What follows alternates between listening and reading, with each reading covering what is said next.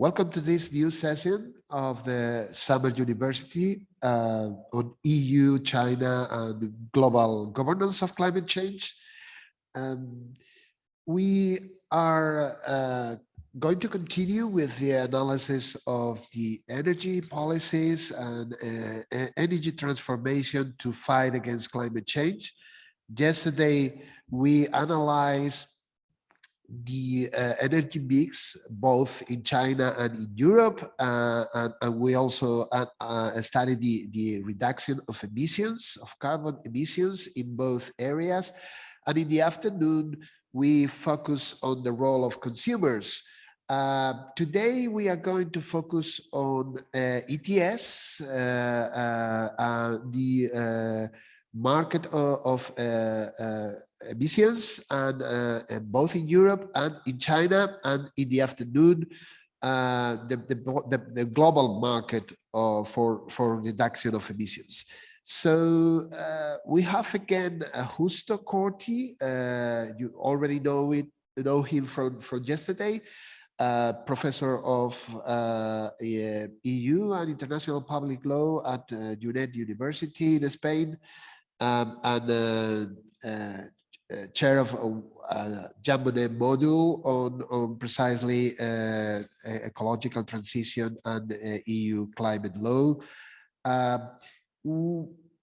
We have asked him to present on the European experience. So Justo, the floor is yours. Thank you very much, Jerónimo. Thank you once again to organizers for this wonderful summer course and for the invitation, of course. I will share my screen in order to use my presentation.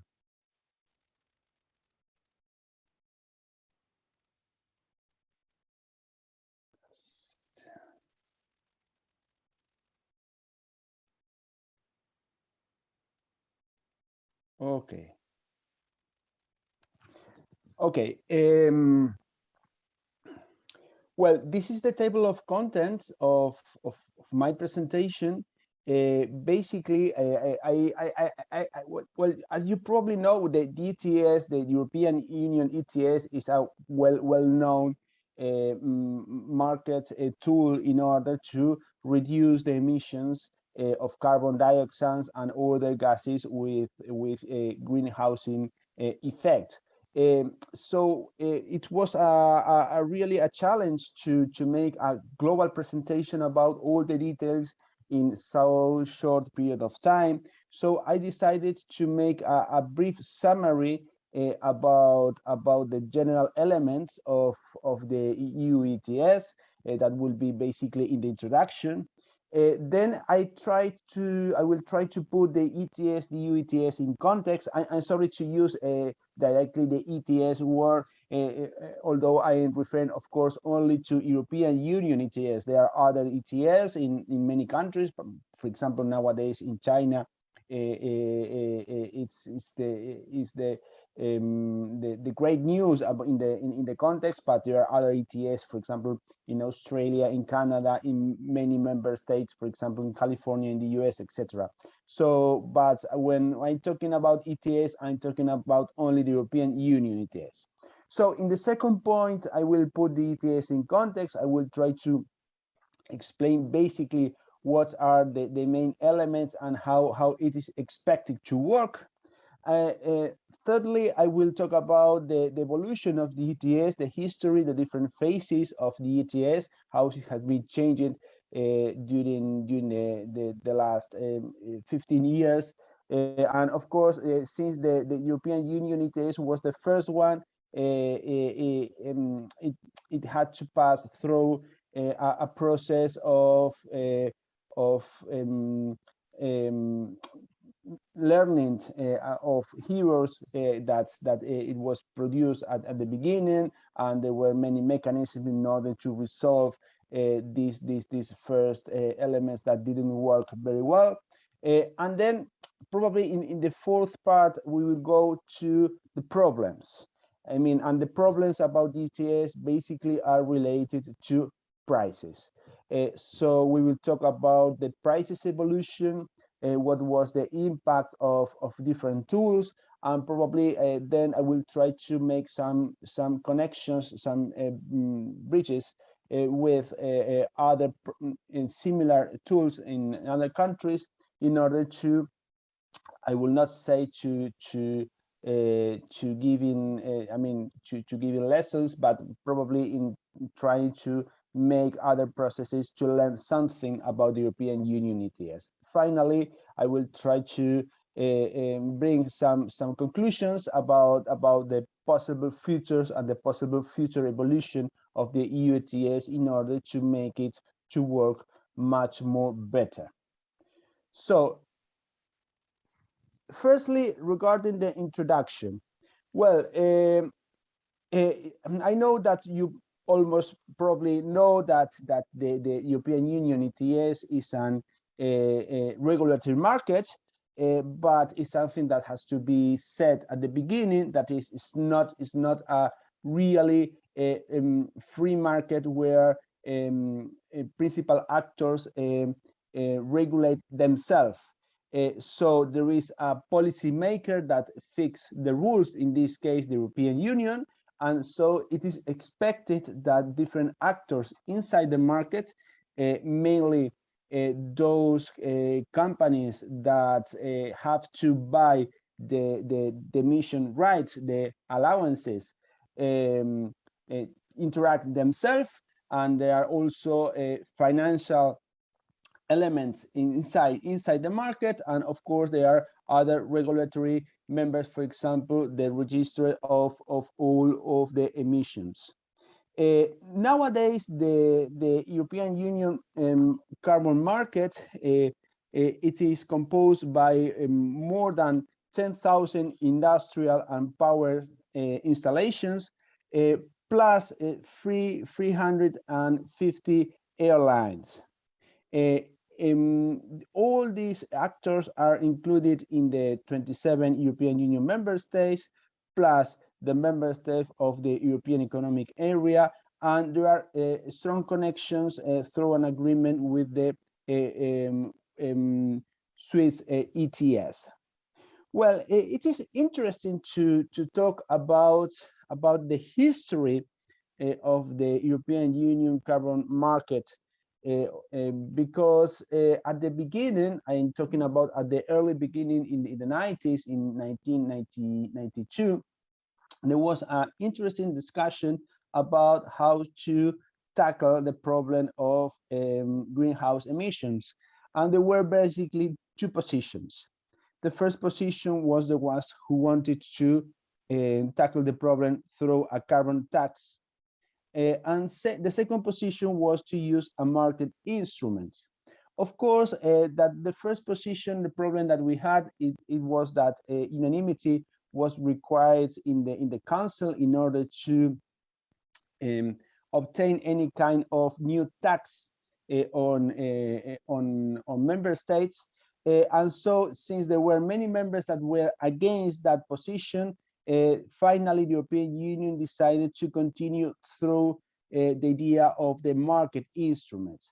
However, although it was the first idea in the 90s, when the European Union went to the negotiation of Kyoto, in fact, the ETS system was not already agreed. It is interesting to see because this is a clear example how sometimes the European Union, through the external policy, produce a change and a consensus inside the European Union when the consensus didn't exist before. I mean, when European negotiators went to Kyoto, there was no an ETS and there was not an agreement in establishment an ETS. However, it proposed the ETS as a possible contribution in order to achieve the goals of the Kyoto negotiations. This goal was accepted by other members. They were not very much in Kyoto, but there were other members that shared the same positions about the necessity of reduced emissions. And finally, when the European Union negotiators came back to Brussels, it was quite clear that there was a necessity to continue and to develop the ETS agreement, because it was basically the position that the European Union had in the external policy. So the directive was agreed in 2003, and finally the first phase that we will talk about that it started in 2005. It is necessary also to say that in theory, and I will say that in theory because there are many elements that still now does not work very well. The system works on the idea of polluters pays principle. What is the idea? Well, the idea is that all the companies who emit carbon dioxide and other gases with greenhouse effects have to pay for these emissions. But this payment is not a direct payment like a carbon tax, but it's made by a emission rights or allowance, as it is called in the system. The problem is that the price of the allowance is not fixed, but it could change depending on the number of allowances that are negotiated in the market. If there are too much allowances in the market, the price could go down, and in that case, the effort that this company have to make in order to buy the allowances and to continue emitting these gases is too low. The idea is that in principle, the regulator, that is the European Union, could reduce the number of allowances that are in the market through the reduction of the cap. I will talk about that afterwards. And then that could shift the price of allowances, and so make the effort for emitting a bit higher. The problem here is that the number of allowances during a long period of time has been too high, and there are many reasons for that. Firstly, is that the number of the necessity of how many allowances was needed. The calculation made by European Commissions during the first period was too optimistic from my point of view. Secondly, that there were many elements regarding economic elements that were external to the ETS but affected it at the end, and so the market was not flexibly enough to adapt the demand and the offer of allowances to the reality of the market, of the economic market in the European Union. And finally, I have to say that the regulators, when they finally decided to act in order to reduce the number of the surplus of pollution permits, this solution that arrived basically through the market stability reserve arrived too late. Well, then I would like to talk about the idea of cap and trade. Well, you know that this idea is used in many others ETS around the world. The idea of the cap is that the regulator sets an overall limit on the total volume of greenhouse gas emissions, and installations in one sector can reduce this number and then obtain extra money for their efforts. The idea is that if the cap is being gradually lowering, the total emissions could also be reduced, and so in this case the ETS could contribute to the final aim, which is the real aim of all this system, which is the reduction of emissions. The allowances, that is the permits to emit, are in fact the divisions of this cap. And so knowing the cap that is established by the regulators, it's a way to know how many allowances are being introduced into the market.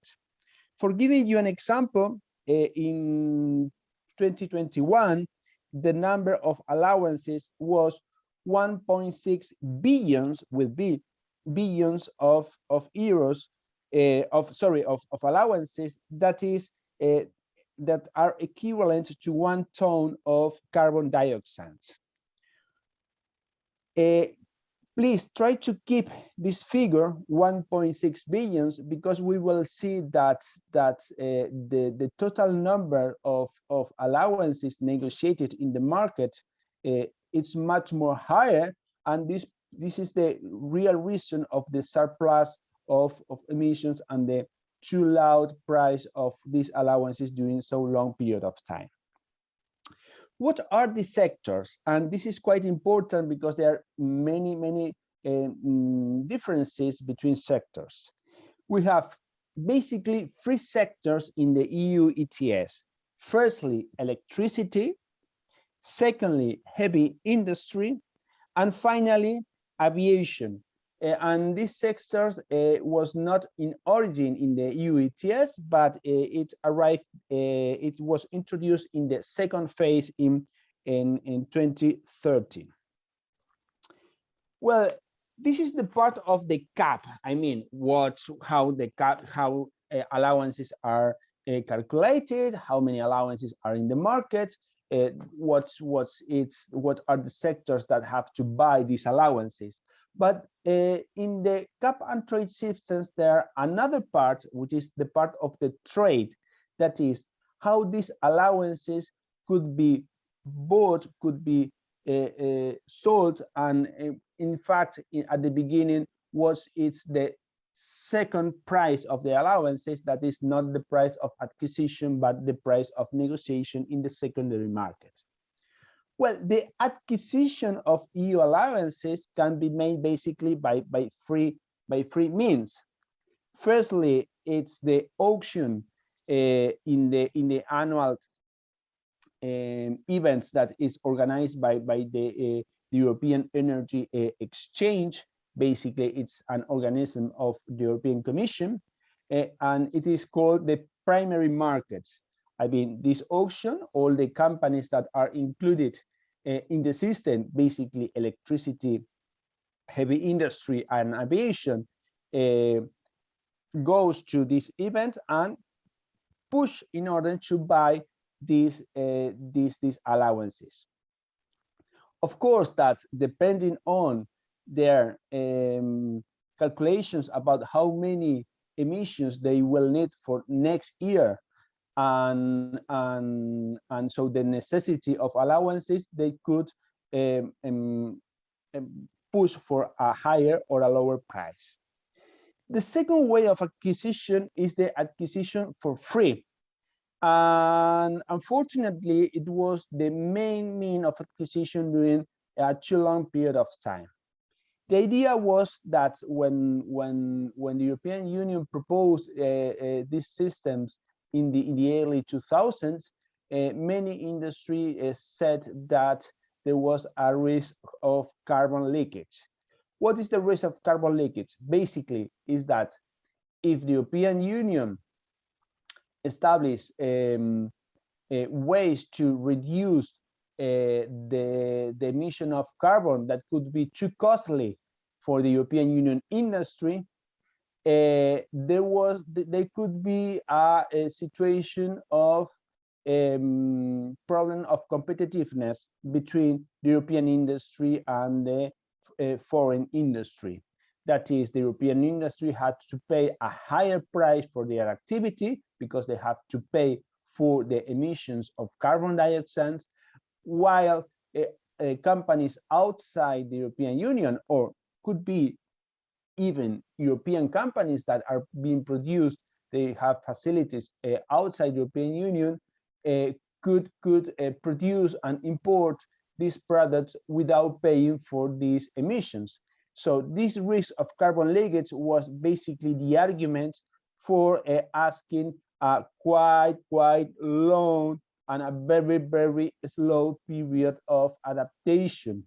They never said that they didn't want to reduce their emission. Of course, they will not be politically acceptable, but they asked for a quite long period of adaptation. And during this period of adaptation, they asked for these allowances for free.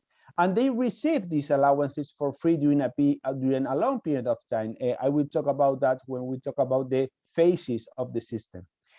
Also, the aviation sector, and I will explain afterwards that we have to make a distinction between flights that are internal European flights, I think between EU member states flights or domestic flights, and those flights that are between EU countries and third countries. Only the first one are included in the system, but even though that, and since there were risk of problems of competitiveness between the European flight industry, and basically there were also problems between plane makers. I mean Boeing and I don't remember the name of the European maker. The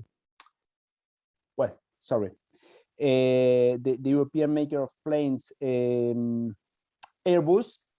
There were problems about the possible impact of this system in the competitive in this so important market of the EU industry. So this is the reason why they received during a long period of time these allowances for free. The third way of acquisition is buying in the secondary market. What was the idea? The idea was that when you were buying these allowances, for example, in the auction, or when you were receiving them for free, always taken into account in the second case, the expectation of your necessity of emissions. If you can reduce these expectations through a better technology, I mean, if you can do it much more better than was expected at the beginning, you could save some of these allowances, and then you can sell them in the secondary market and obtain, of course, a financial benefit. Who would buy these allowances in the secondary market? Well, basically those plants that, for example, do it worst. I mean, those plants that are emitting more carbon dioxide than it was expected at the beginning, or those plants that never adapt themselves to the progressive reduction of the cap. You have to remember that the cap, it was expected to be reduced over the time. We will talk through a graphic about that, about what is the speed of this reduction, which is not so high. Up to now, it was close to 2% per year, which is not very intensive. And then so it was said, well, those companies that could not adapt to this reduction, we will need to buy these allowances in the secondary market. Well, unfortunately, until 2018, since there were so much allowances in the market, because the surplus of the offer, the price in the secondary market was too low. And then it was an evidence that the system was not working in reality very well. But in fact, the only effect that we had was the cap.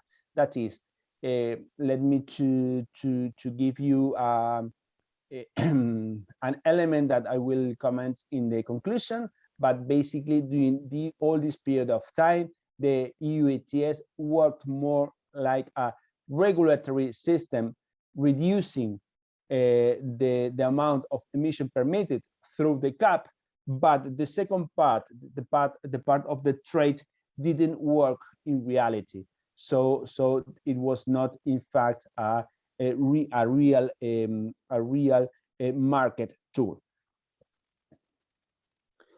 Well, let's talk about how the ETS work in context.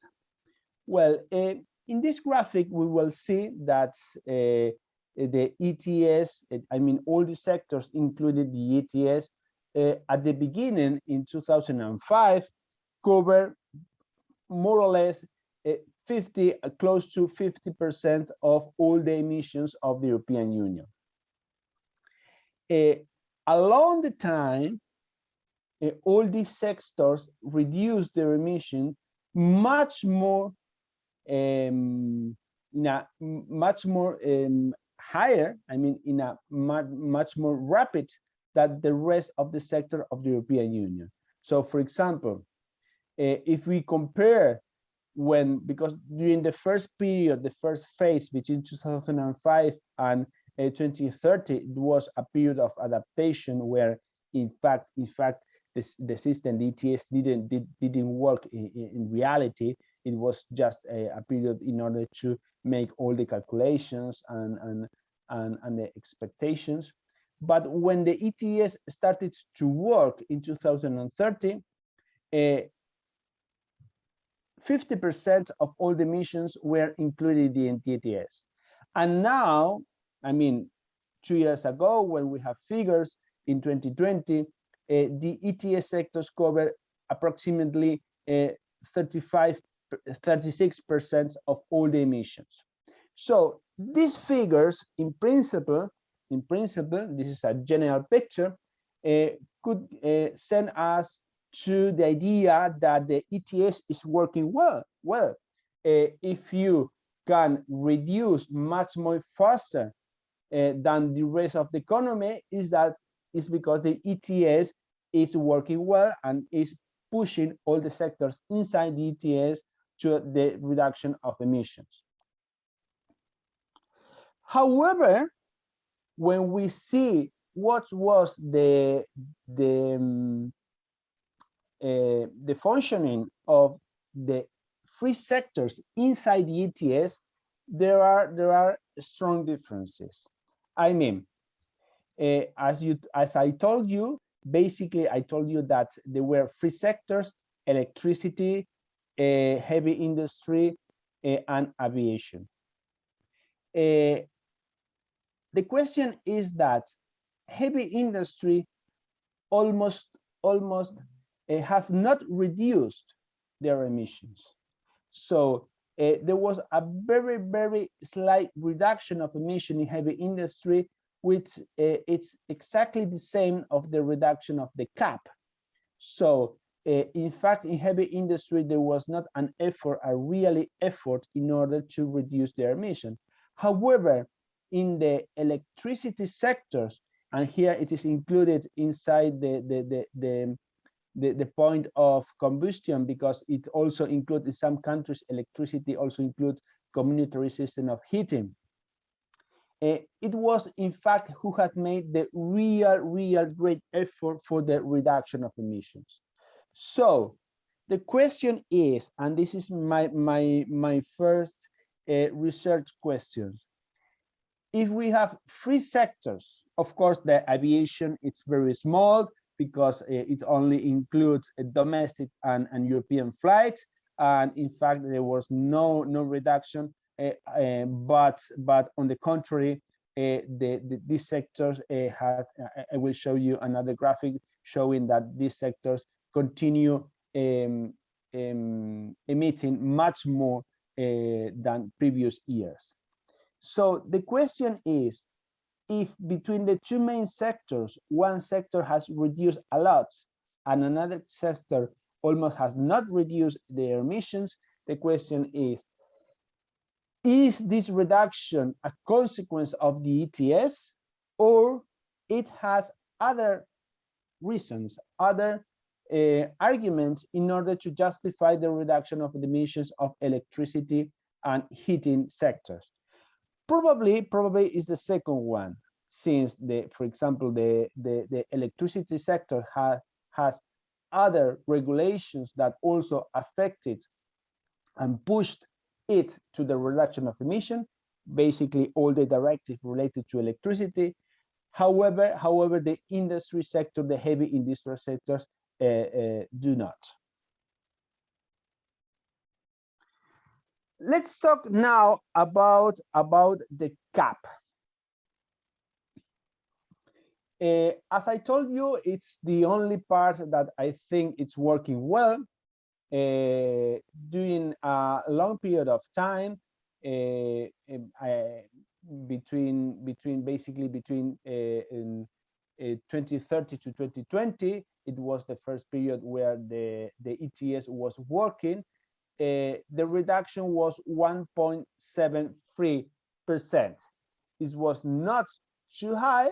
It was not too high. In fact, it's exactly the amount of reduction of emission of the heavy industry. But it's quite clear that if the European Union wants to achieve zero emission for 2050, it's necessary to increase the reductions. There has been a reform during the fourth period that started in 2022, and the reduction has increased to 2.2. However, it is even not enough in order to achieve the zero emissions for 2030. In that case, for example, according to the calculations of the European Community, the zero emissions of all the sectors, including in the ETS, would arrive in 2058. So there is a proposal, a quite ambitious proposal made by the European Commission in order almost to double the effort of reducing the cap and to make it close to 4.2%. In that case, the zero emissions will arrive almost in 2040. Of course, that there are other proposals made by NGOs, environmental NGOs, who wanted to even make much more rapid. However, I think that the proposal of the European Commission is quite ambitious, but it has not been approved by member states, and I'm afraid to say that with all these problems that we have about the price of energy, about the supply, and about the war in Ukraine. Hopefully, for example, today we saw in news that gas coming from Russia, it's coming once again through Nord Stream. However, it's quite clear that difficulties will continue. So this proposal of increasing the reduction factor of the cap to 4.2, it has not been approved yet. Probably all these proposals are under strong negotiations. Well, this is quite interesting in order to prove what was the problem of the cumulative surplus and international offset credits. Let me talk about what are the international offset credits, because it's quite interesting and could give us some ideas about the probable problems that we will have in a global international ETS market. Well, do you know that Kyoto fixed many programs in order to help developing countries for reducing their emissions? When a company in the European Union helped through a project to reduce emissions in this developing country, it could obtain an offset credit, and this offset credit could be used in the European Union ETS. So the problem was that when we talk about the cap, we were talking about the cap of the calculation of the European Union, but we are not taking into account all these new allowances that were included through these international offset credits. So what was the problem? The problem was that when the European Union calculated the amount of allowances necessary in order to cover the necessities of the sectors, including in the ETS, and made the divisions of the cap into allowances, it didn't calculate this surplus that was coming from abroad. And sometimes, and this is something that we can discuss about it, but there was a problem that this surplus, I mean, these projects were not under the control or under the supervision of an international authority. So there were many doubts about these international offset credits were really connected to projects that could be a real effort to reduce emissions, but sometimes they were just projects of development in other countries, or just projects related to the construction of new facilities, for example, about hydro industry or hydro energy and so on. And there were, for example, many controversials about the impact on local societies, indigenous societies, and so on. Well, the point is that these international offset credits increase a lot the offer, increase de facto the cap of the European Union, and it produced a strong increase in the surplus of allowances. We can see that, for example, between 2008 and 2012, the number of cumulative surplus, this was only during the phase 2 of the ETS, achieved more than 1.5 billions of tons. That is basically, for example, all the amount of the necessities of allowance of 1 year in 2020. So since we have a so high number of surplus, it was quite clear that the trade part of the cap and trade could never work. Well, let's talk about now the phases. Well, the first phase between 2005 and 2007 was basically the pilot phase. In this case, there was not a real European general cap, but the cap was divided between member states. And it was the moment to make all the adjustments about the necessities of the system. I told you that particularly heavy industry said that there were problems of possible risk of carbon leakage, and so finally European Commission decided to make two conservative estimations about the necessities of emissions. For example, to give you an example, when it calculated the emissions of power sectors about electricity, it included all the power stations as they were only coal energy stations. Of course, that not all of them were burning coal, but it made a calculation in a very generous manner. So the consequence was that there were much more allowances than emissions, and so the price during this pilot phase was zero. So the price in the market, in the secondary market, was zero. The second phase between 2008 and 2012, we continue having national allocations plans. I mean, so there was not a general cap. However, all the accumulative of national allocations plans, it could not go over a European limit. So there was not one single cap applicable to all the cases, but it's true that the European Union fixed for the first time a general limits in order to avoid avoid increasing so much the surplus of allowances.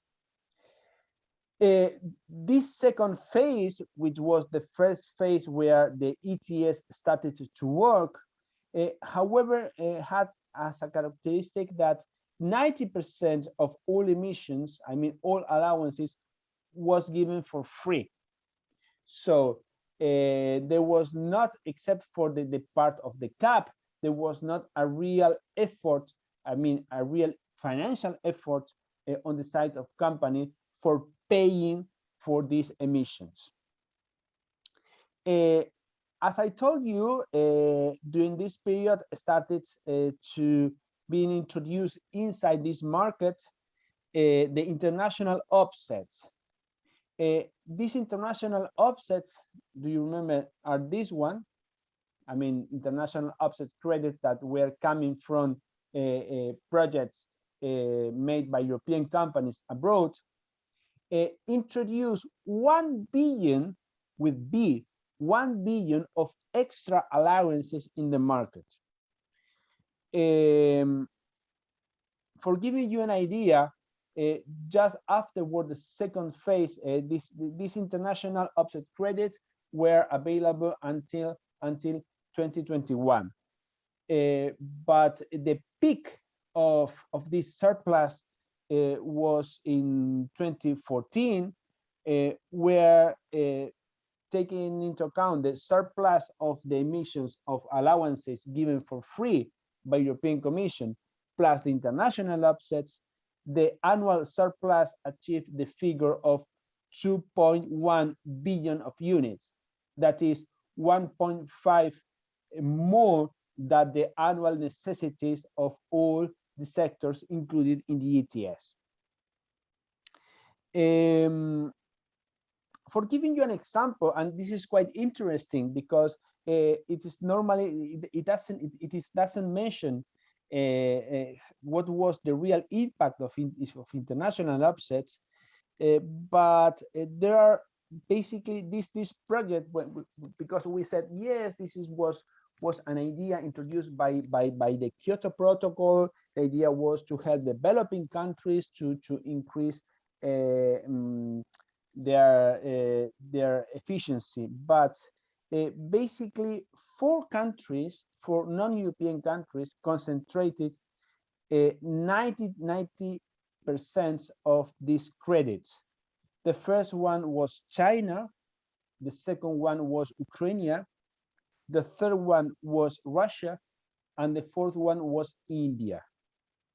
So what I have to say, it was not thinking about very low income countries, and the problem was that this surplus affected too much the ETS.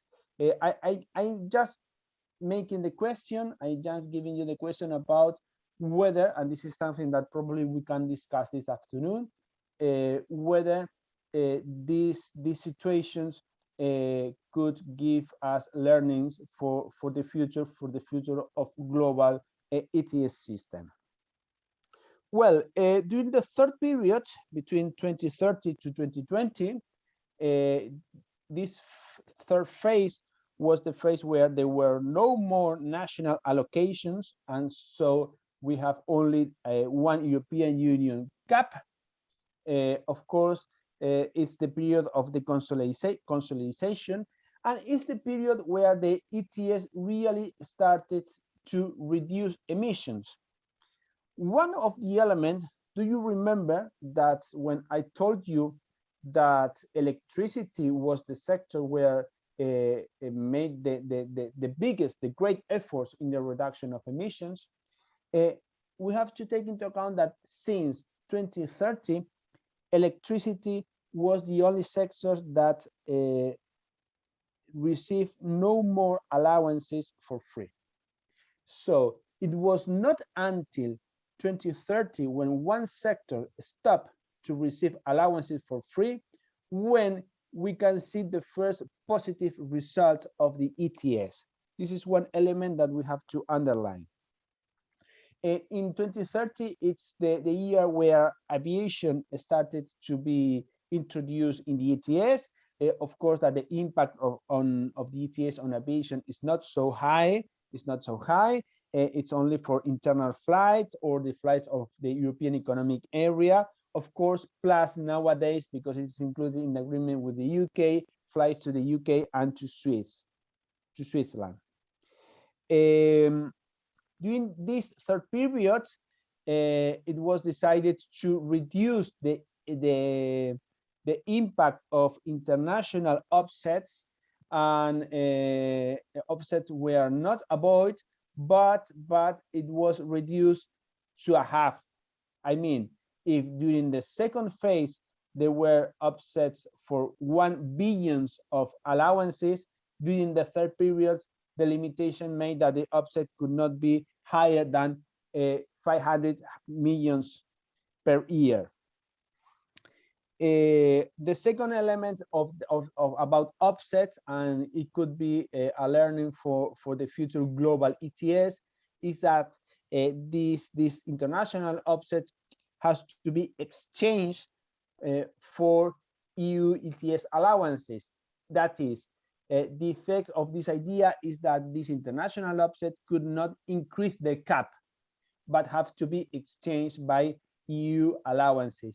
So this is the one element that is quite important, since if we not take into account how these foreign rights are used, the problem of the increasing of the cap could make the system doesn't work.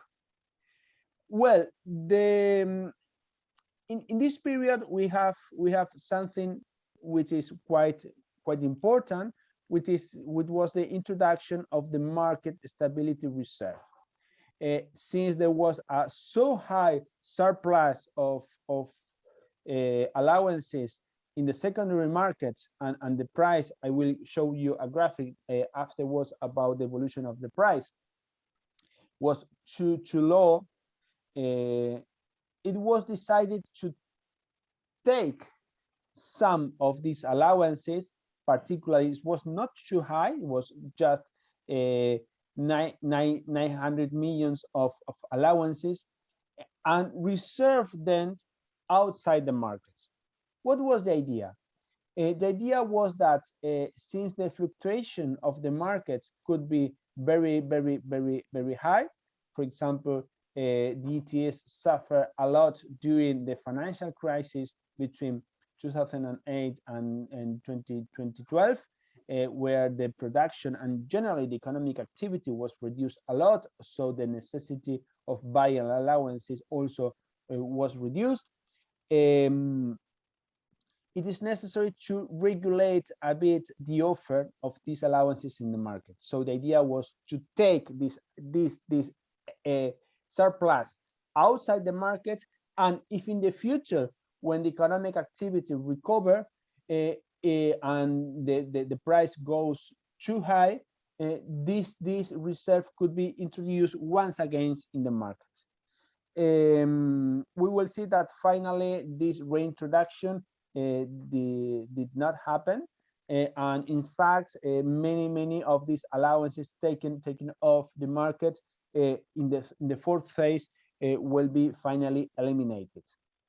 Well, what is the fourth phase of the ETS? Basically, it started in 2021.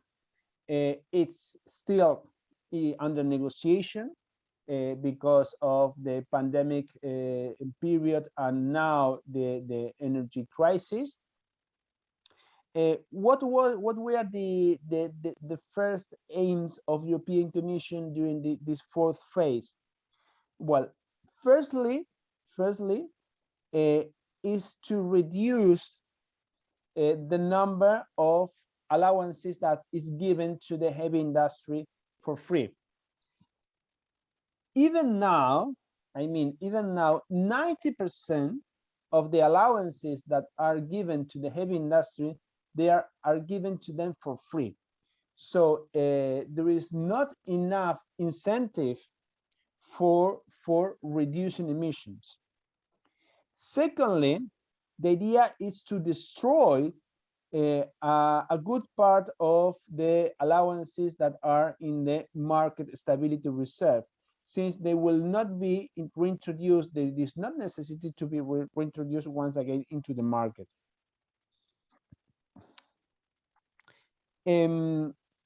Another point is the necessity to introduce the maritime sector in the ETS. This is something that has been discussed during the third phase. There is no agreement because the maritime sector has a lot of implications regarding international trade. But one of the elements of the idea of the European Commission is to introduce the maritime sectors, and also to force to the aviation sectors to introduce international flights inside ETS. On this side, I have to say that the International Civil Aviation Organization is since 2016 is introducing a new mechanism, which is called the Carbon Offsetting and Reduction Scheme for International Aviation, which basically try to compensate the emissions of the aviation sector, but there is not any compromise of reduction. Probably, and last discussion of European Commission is that the international flights could not be introduced directly in the EU ETS, but they could be any sort of interconnection with this system. Well, this is basically the real impact of the ETS by sectors. As we can see, the emissions of the industrial installations almost has not been reduced. The reductions in 2020 is much more due to the pandemic than for the effects of the ETS. In fact, since 2011 to for example to 2018, the industrial sector continue emitting much more than the beginning. The great reduction came from the electricity and heat production. There is a reduction of almost 45%, which is very strong effort. And the emission of aviation, in fact, continue increasing. The great reduction in 2020 is due to the restriction of the pandemic, but for example, in 2019, the augmentation of the emission it was very high. So, frankly speaking, we can say that if in two of the three sectors there was no impact of the ETS, the general reduction of the ETS is not due of the system itself, but is due to other factors. Well, in this figure, we can see what's the impact of free allocations.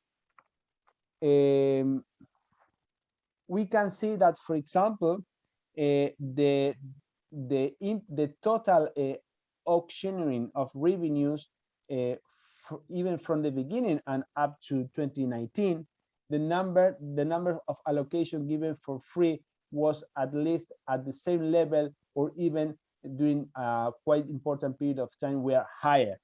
So if you remember the free ways of acquisition, we were buying them in the primary market, the audition, the secondly receiving them for free, or the free allocation, and the third one was buying them in the secondary market. We can see that that the number of allowances that are still given for free, it's very high, and all of them, almost all of them, are concentrated in the sector of aviation and heavy industry. Well, this is the final figure, and this is the evolution of the price.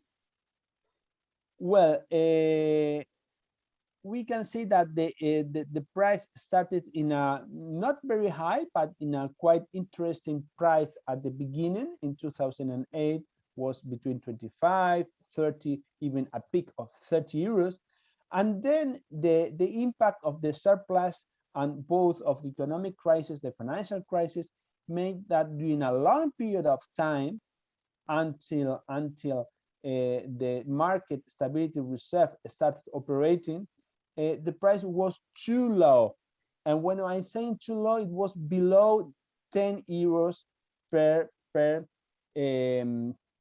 carbon ton.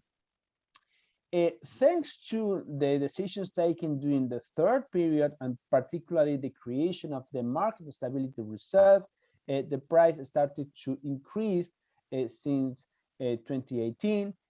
Even the pandemic did not affect it too much. And when the great recovery started afterward, the price achieved a peak of 50 at the beginning, and then there is another peak of 80 euros per ton. This is something that is quite interesting, but it is said that once the price of the ETS achieve 50 euros, it's one it started to make it reasonable to invest more money in the improvement of efficiency. Before or under 50 euros, probably the necessity of making investments for improving efficiency does not make sense. Well, these are basically my conclusions. I'm very happy, Jerónimo, to have an opportunity to present the China carbon market. Yesterday, Professor Lowry already gave very clear picture on how the Chinese carbon market functions. And there are many data figures. I am impatient. Give me a deep impression on it.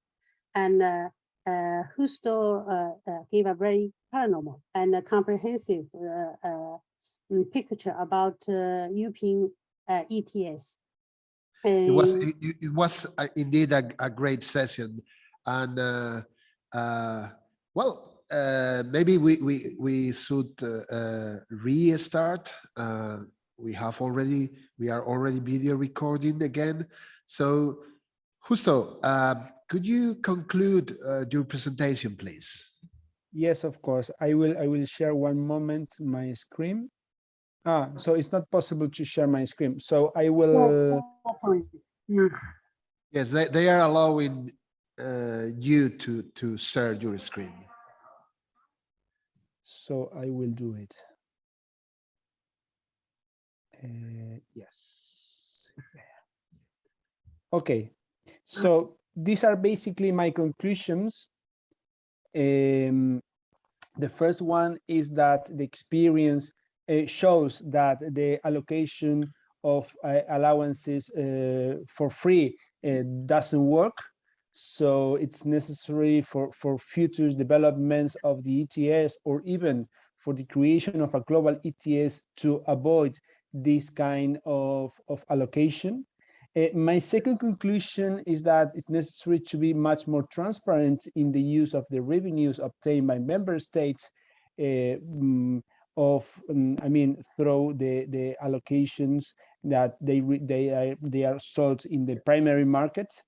Sometimes some member states, it's the case of Germany and Poland, for example, has used this money in order to incentive or compensate the money that some coal plants are investing, buying allocations in the secondary market. So it doesn't make sense.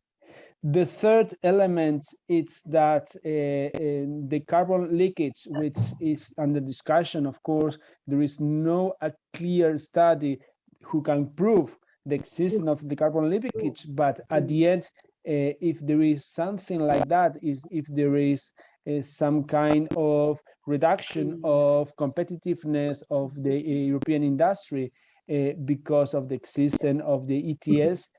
I think that the best way to tackle this problem is by a border tax adjustment, as the European Commission is being proposing, rather than giving allocation for free to the heavy European industry. And finally, according to the experience of the evolution of the price in Europe, and more particularly when we can see a real reduction of emissions taking into account a comparison with the evolution of the price, at least in Europe, it's quite clear that a price per ton below 50 euros is not a reasonable incentive in order to invest in more efficient technologies. So of course that this is an idea that could be applicable probably only for the European Union or probably to another industrialized countries, but it's a figure that we should have taken into account when we were talking on other ETS systems, even in a global ETS system. So thank you very much for your attention. And I am open to any comment or question from the audience. Thank you very much. Thank you very much, Justo. Very nice talk, very nice presentation. And I give first the floor to Min. Justo, thank you for your conclusion. I partly agree with your conclusion. Now, because time is limited, I have only one question. The question is from your figure. It seems that from last year, November, the carbon price, it increased very fast. It's a third period, about more than 50 euro. So I really want to know what's the main reason to increase the carbon market? It's because of pandemic there, or it's because change the structure reform decreased the allowance annually very quickly. Thank you. Thank you, Min. Well, I think if I can share once again the image, because it's quite interesting your question. I will try to. I think that you were talking about this graphic, yeah. Basically. Yes. Yes. There are two reasons why the price increased so much. The first reason is the change in expectation that the introduction of the market stability reserve produced. You have to take into account that this reserve take from the market a quite good number of allowances, and also there were some plans that this reserve, I mean, many of these allowances will just be annulled, that they will not be introduced once again into the market. This is the first reason. The second reason, and I think it's the most important, is that the market, generally speaking, was in a situation of equilibrium. We have a big surplus from previous years, but the differences between the new allowances and the necessities of different actors of the market were almost in equilibrium. So what was the element that created the surplus, the even more surplus, was these rights coming from abroad, these rights coming of international projects for reducing the emissions that were available and allowed to be introduced in the ETS until 2021. So my answer is that even though the reduction of the economic activity due to the pandemic could make to think us that the price could be lower, These two elements, basically the market stability reserve that produce a change in the expectation of the actors, and also the provision of introducing new allowances coming from produce from abroad, produce that the market could go up. However, and I have to underline that, who is buying this, right? And so who is pushing the price of the allowances? Well, basically electricity installations. I think I mean that heavy industrial facilities are not buying allowances because they receive 90% for free. Thank you. Thank you very much to both of you. Any other people in the audience wants to make a question? I don't know if maybe Marta or Professor Raulay would like to intervene. I have Marta. Yes, just to congrats Justo for this impressive presentation, and I would like to ask him if he considers it is possible to have minimum prices for carbon price in the ETS or in a global more perspective using this expression. Prices in a broad sense. It means including also carbon taxes. What do you mean? Maybe it is a question to raise in the next panel, but it is important to me to know your position, because you means there should be a minimum price for ETS in the European Union. Yes, of course, that fixing a minimum price would be an additional intervention in the markets, and so the market would be even less free as it is now.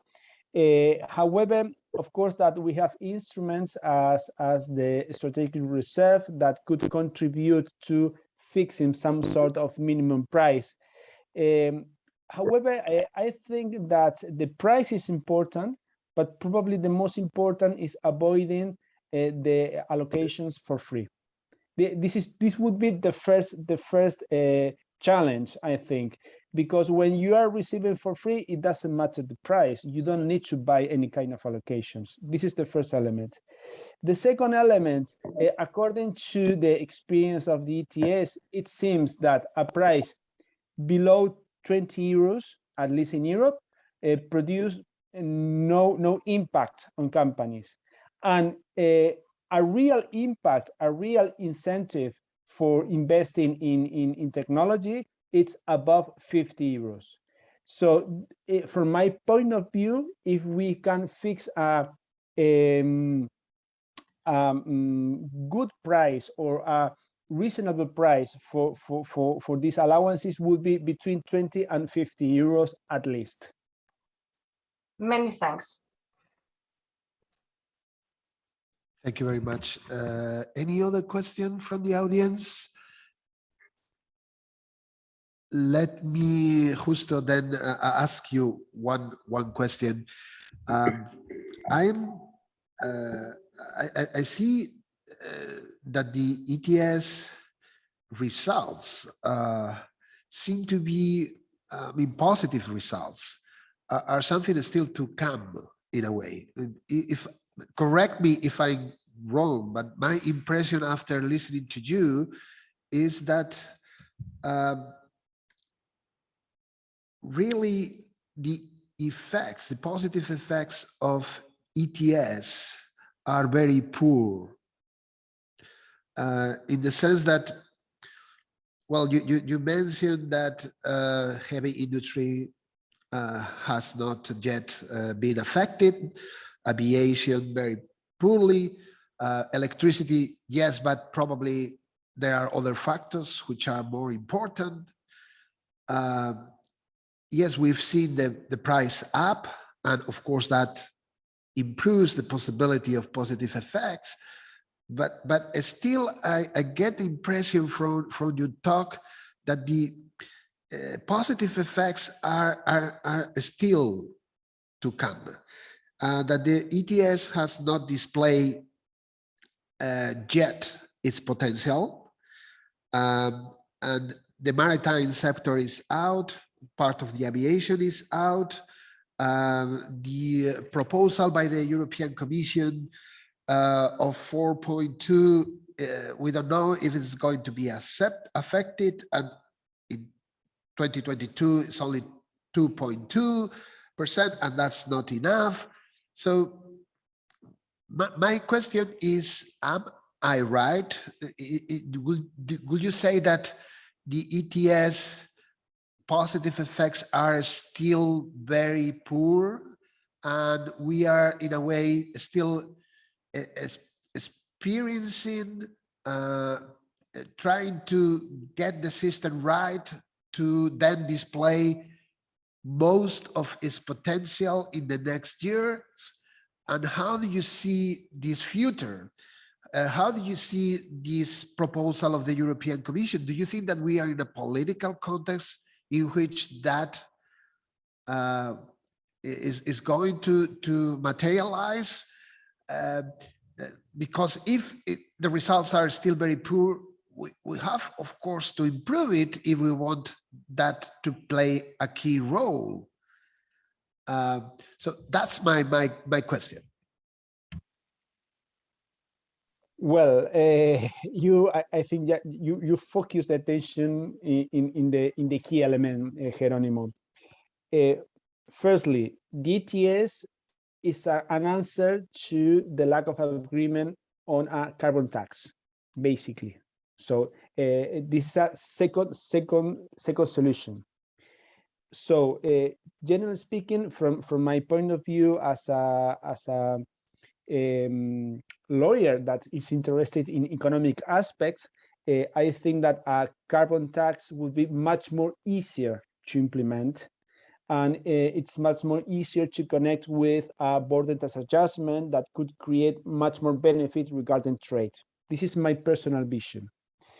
Well, since a carbon tax is not a possibility up to now because there is no unanimity in the European Union, or if we think internationally, of course, that it's much more difficult to have an agreement international on a carbon tax.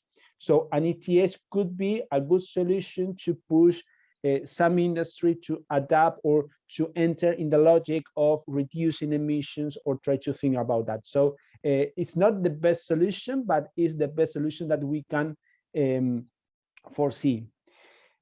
Second, probably the ETS was good in the establishment of a cap, but not good in the establishment of an efficient trade system. So the cap is working more or less, and the cap is working like a carbon tax, in fact. So when the ETS fixes a cap and is reducing the cap, it's indirectly is a way to pushing.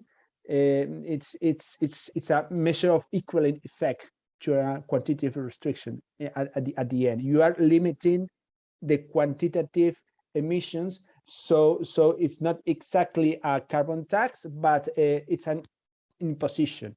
And in this sense, the ETS is working much more well, and that's why I think that the European Commission is trying to accelerate the speed of reducing this cap. And in this sense, I think that it is useful, the ETS. Regarding trade, my point of view that it's very difficult to put the market in a correct equilibrium.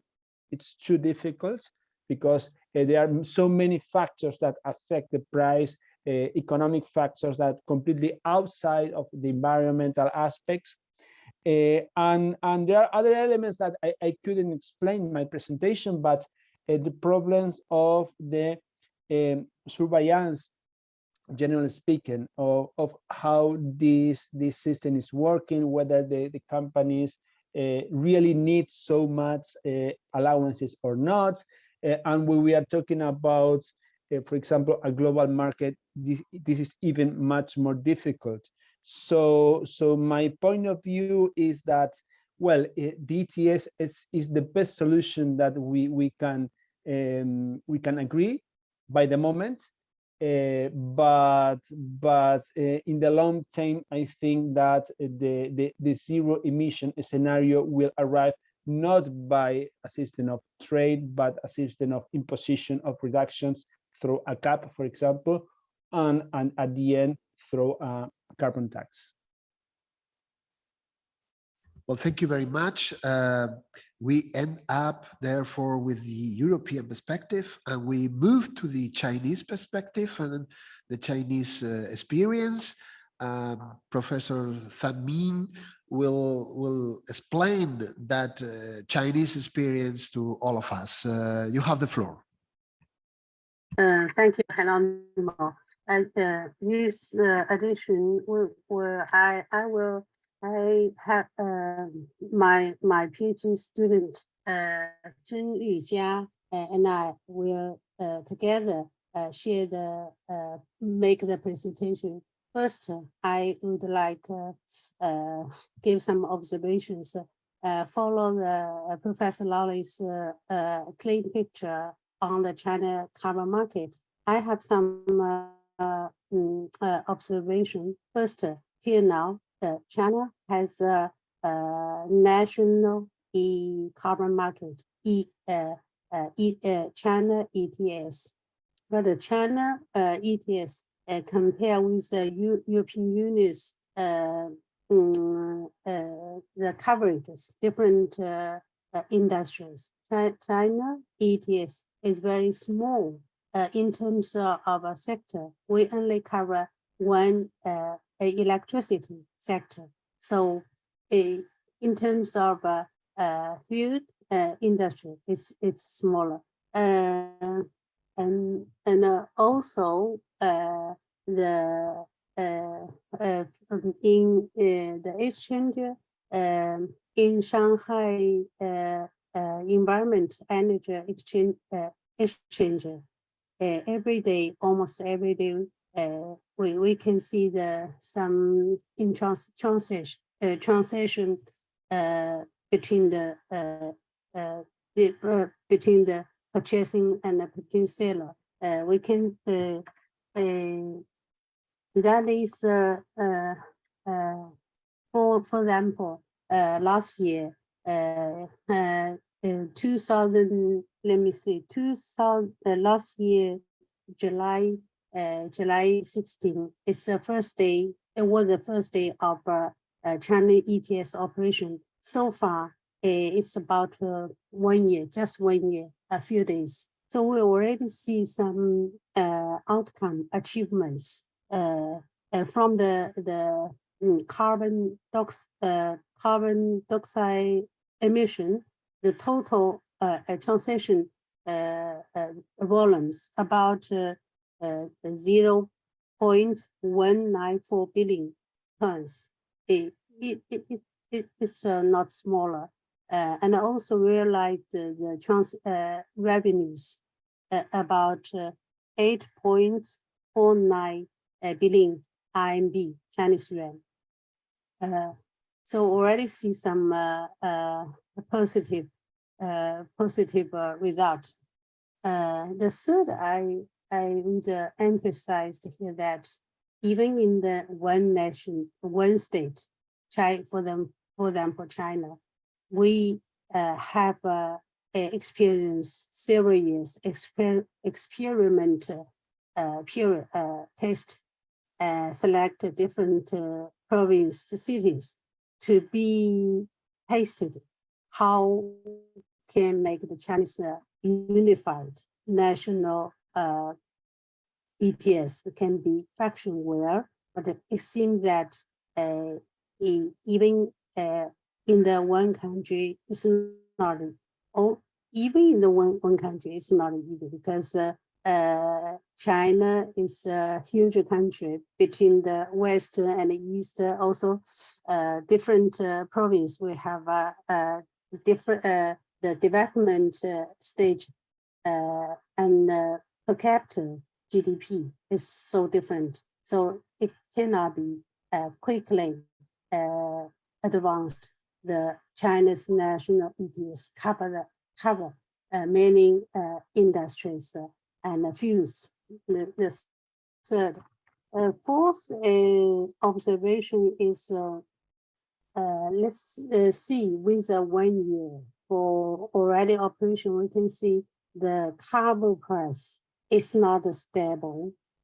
Sometimes it's very lower. For example, in just this year, July 4th, the exchange volume only about 10 tons. It's very, very smaller. So it's flexible, fluctuate a lot from biggest to the lowest. That is not, it's not always the same good performance annually. I think it is worked for the make the electricity industry to reduce the carbon emission, for instance, in some extent. So that is my add some observation about China carbon market. Next, the follow is my PhD student. Zheng Yujia. She is first year of PhD degree, and after some vacation, some school, he will be go to the next year. So welcome, Dr. Zheng Yujia will present China carbon market PPT. Thank you. Yours, Florence. Okay. Thank you, Professor Zhang, and distinguished professors. Good morning, Italian time, and good afternoon, Beijing time. Can I share my screen? Yes, you can.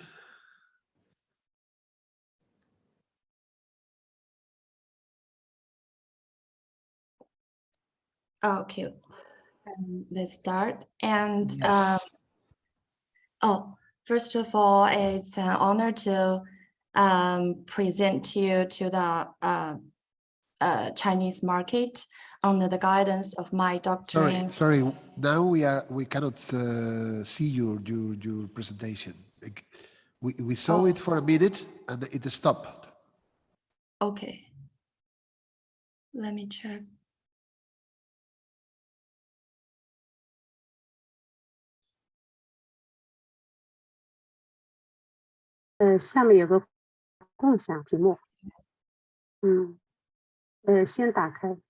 Oh, okay.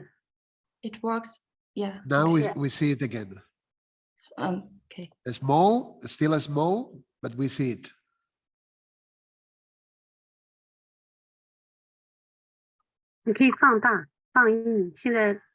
Now we see it large. Thank you very much. Thank you, Professor. What I will present today would be divided into 4 parts. First is China's decarbonization goals, construction and development of ETS projects in China, and characteristics of China's carbon trading market development. And the last part is future plans.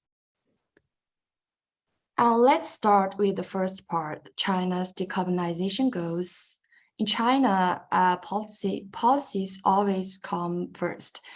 And the formulation of national policies and specific objectives is a prerequisite and an important guarantee for all economic activities to be carried out. We can see from the figure that from 1978 to 2019, China's high-speed economic growth is characterized by high energy consumption and high pollution, which lead to various environmental problems. The growth of GDP means the increasing consumption of energy. And the dual the dual effects of industrialization and urbanization cause the energy consumption and carbon emission increasing rapidly, which makes China become the world's top energy consumer and carbon dioxide emitter, accounting for nearly 30% of global emissions. Although China's per capita carbon emission is still at a low level. The main reason for the continuous increase of carbon emissions in China is the increase of the huge consumption of fossil energy. China is a country which is rich in coal but poor in oil and gas. Such characteristics of the natural resource endowments determine that the primary energy consumption structure is dominated by coal, which may cause more emissions than oil and gas. As we can see from figure 2, in recent years, China's economic growth and energy consumption have achieved a slight decoupling. During the 11th five-year plan and the 12th five-year plan, China has taken a variety of Energy 7 and emission reduction measures so that the growth rate of energy consumption has slowed down notably until to 4.5% below zero. And because of implementing the policies to promote Energy 7 and emission reduction, China's energy efficiency, as an example, is getting more and more efficient, and the energy intensity is getting lower and lower. As we can see from figure 3, China's energy intensity has greatly decreased since 1990.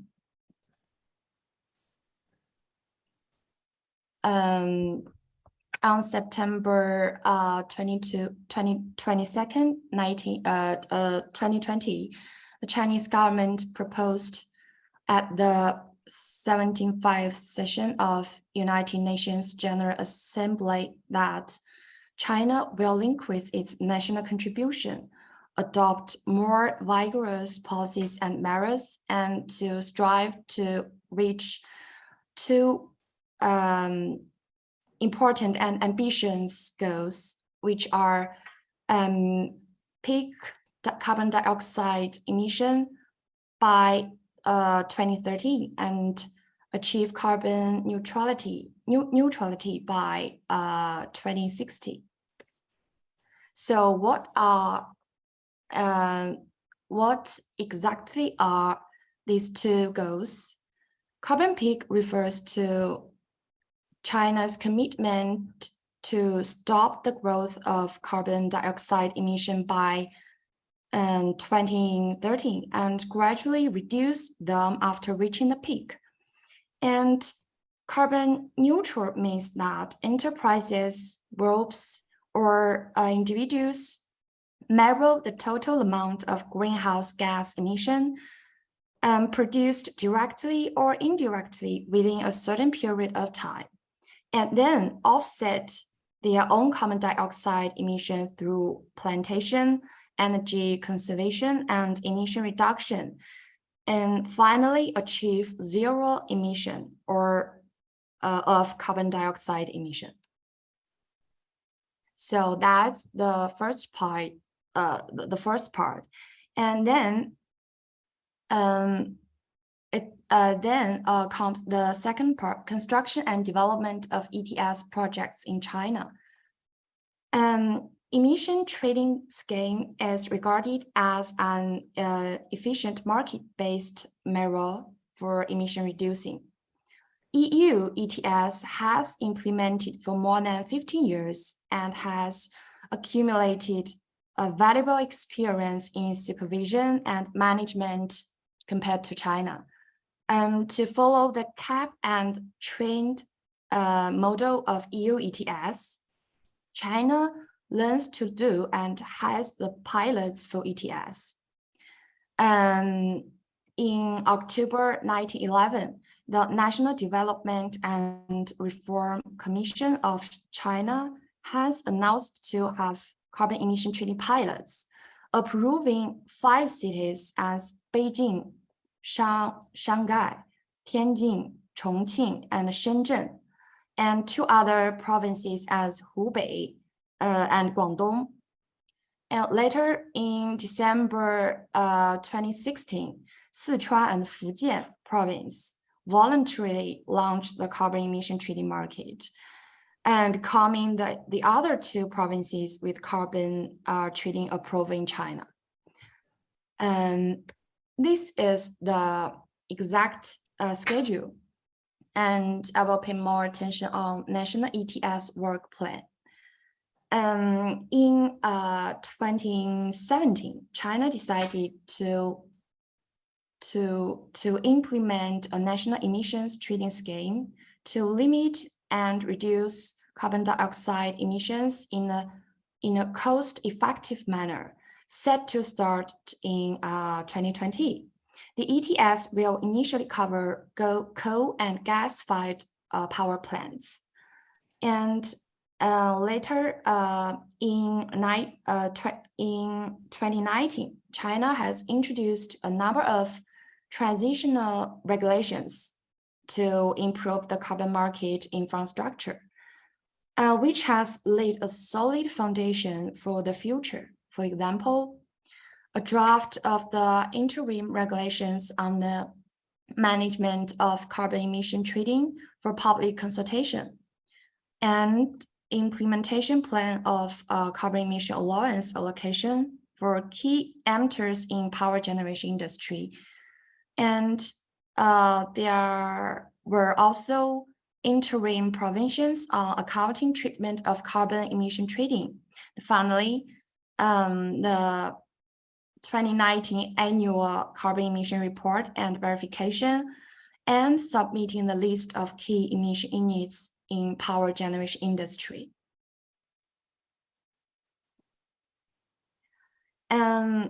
We see all the measures and projects being carried out step by step to create a more orderly, mature, and efficient unified market for carbon trading in China.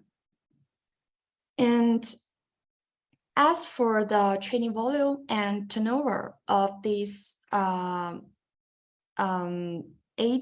carbon trading markets, we can see from the chart that during this period, Hubei is the most successful pilot in China, with a carbon trading volume of 64 million tons and a turnover of 129 million yuan, which has accounted for more than 30% of the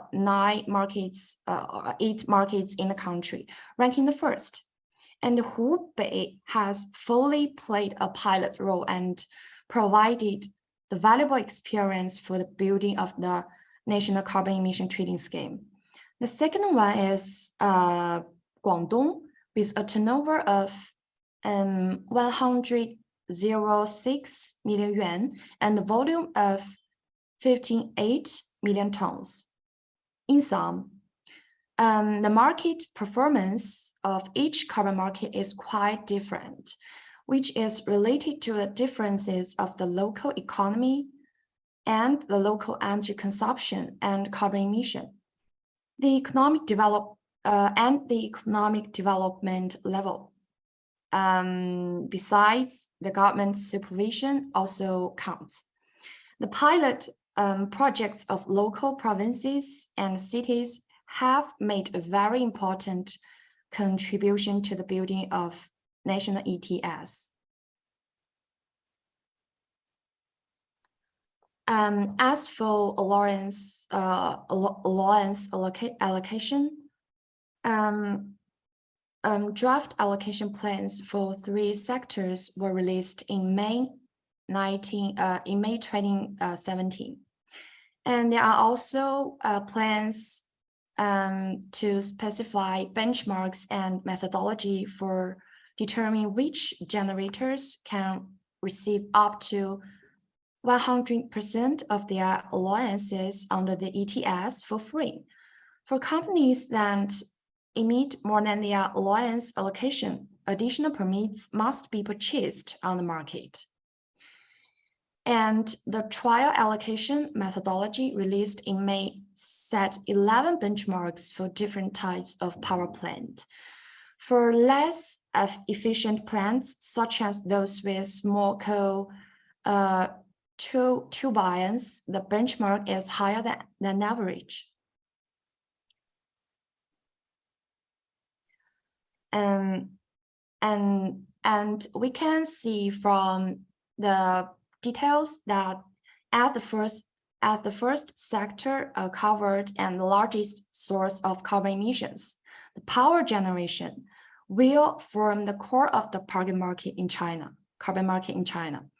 The power sector has the most reliable dataset for historical emissions, which makes allocation of allowances easier. The other key emitting sectors are currently in the process of establishing these datasets and will thus be included in the nation's scheme at a later date. And when we talk about allowance prices, I found some characteristics in different local carbon markets. The price in Beijing was above 16 yuan a ton for most of the year, and the price stayed around 30 to 40 yuan a ton in Shanghai. And in Hubei, the price has been steadily up since 2018 and is now still around 13 to 14 yuan a ton. In Shenzhen, the price stayed around 20 yuan a ton. And after the completion of compliance at the end of June 2018, the price experienced a brief decline and gradually recovered. And as for Guangdong, the price has always been stable around 20 yuan a ton. And in Fujian, the carbon price was stable around 20 yuan a ton in general, and it experienced a brief decline before the 2018 compliance period and gradually recovered then. And for Chongqing, the price fell sharply after reaching its peak in early 2018 and stabilized at 5 to 10 yuan a ton since June 2019. And Tianjin's trading activity tends to be low, and the price is between 10 to 15 yuan a ton.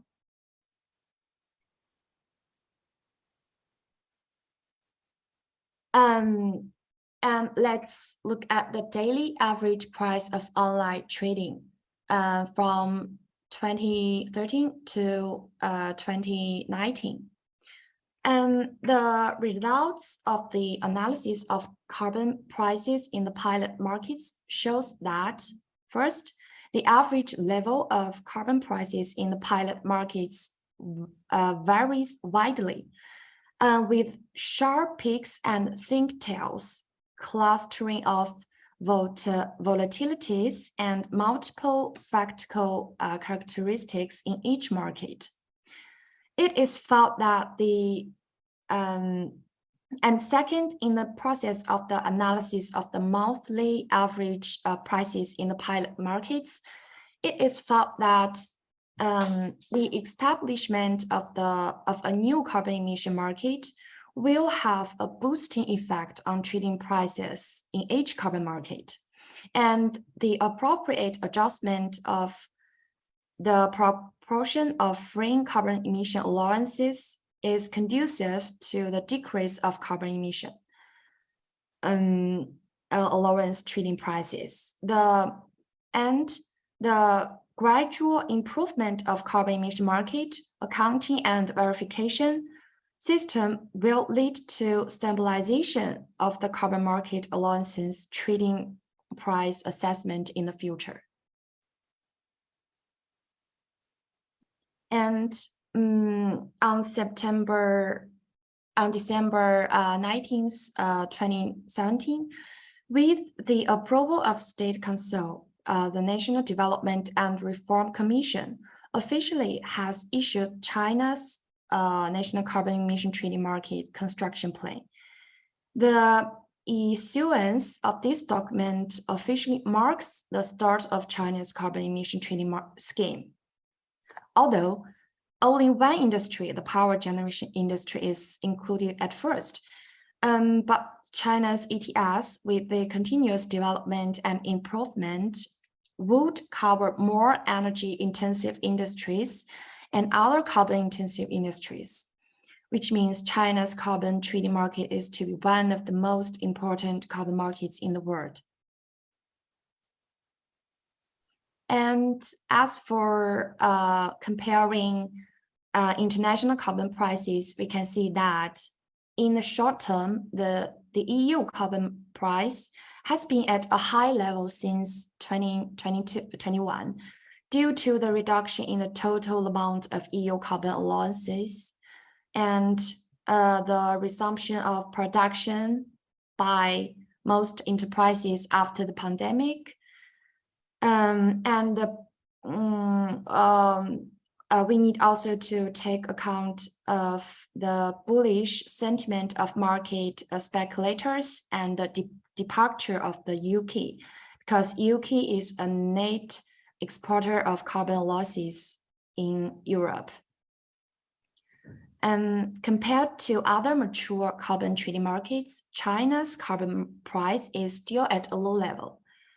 At present, the market generally believes that the country's emissions controls for power generators are relatively lax, and many companies have excess emission credits to sell, resulting in a relatively weak carbon price at present.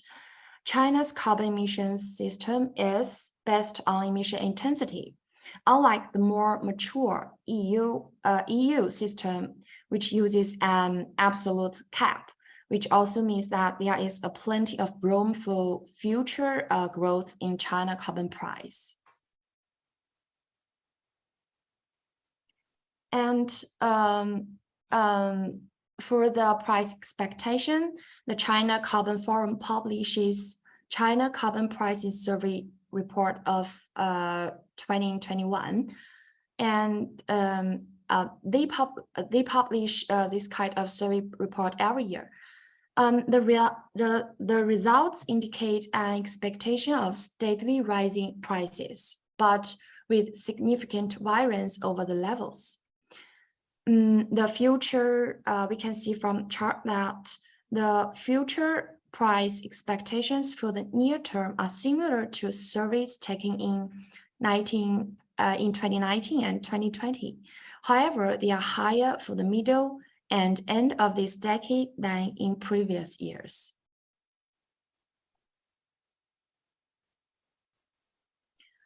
And I also want to address that China's carbon market is to expand and build capabilities. China's national carbon market will move into a stage of expansion and capacity building in 2022, which will widen the scope of the emissions trading scheme to cover more sectors, as well as develop carbon trading infrastructure and capabilities across provinces, companies, and exchanges.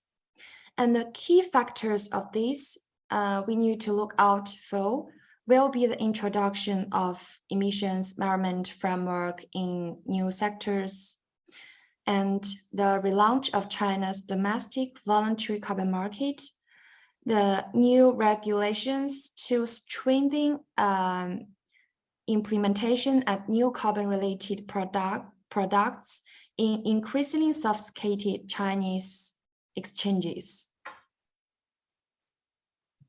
And for new sectors in the long term, China's Environment Ministry have identified 8 more sectors to be enrolled by the end of 2025, in addition to the power sector that it currently covers, which also includes steel, chemicals, aviation, and paper. Building materials, non-ferrous metals, and oil refining could be the next industrial sectors and to be enrolled in China's national ETS. That's the second part. And then we come to the third part. I will make a brief introduction of characteristics of China's ETS. I want to introduce it from 3 perspectives, especially from part to whole, from pilots to the nation, and for industry coverage, from individual industries to all types of industries, as I just introduced just now. And I will pay more attention on entity range, from companies to individuals.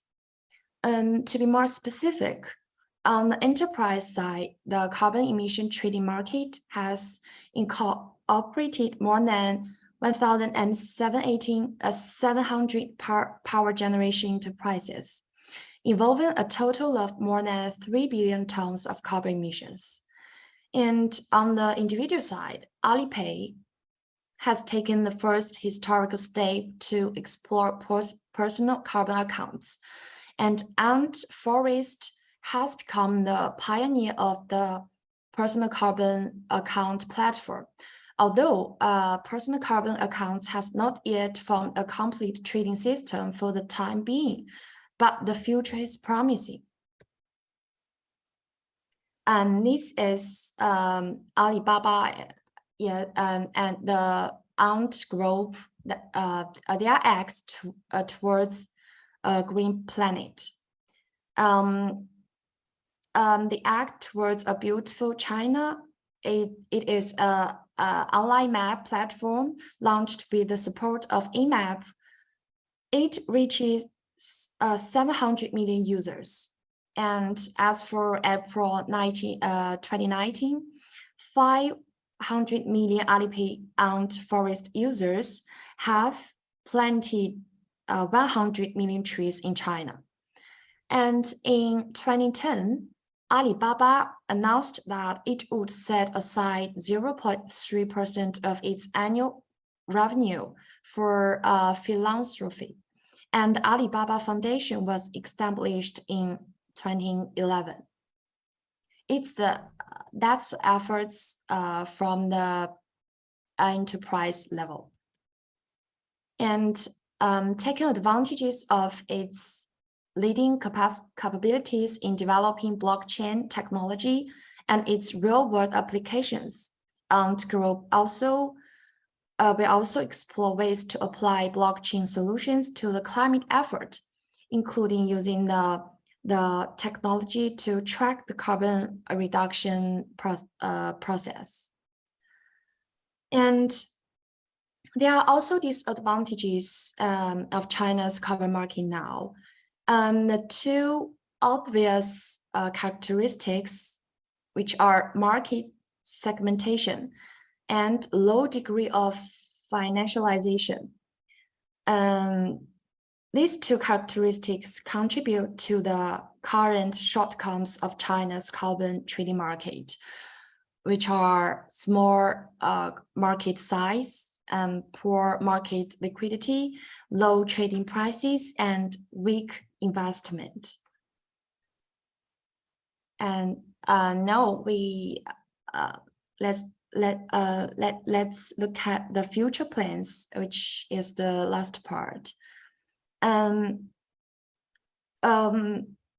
This part is a look at the future and a summary of what has gone before, which we can look at it from 6 different perspectives. First, policy. The Ministry of Ecology and Environment of China will work towards the finalization of interim regulations on carbon trading management, gradually expand the industries covered by the carbon market, diversify trading categories and trading methods, and will fully bring into play the important role of carbon market in addressing climate change and contributing to carbon peaking and carbon neutrality. And from the perspective of monitoring, reporting, and verification, as coverage of the national carbon market expands, the government should conduct more effective data quality management, build a sound system for data accounting, reporting, and verification, enhance information disclosure and the development of credit system.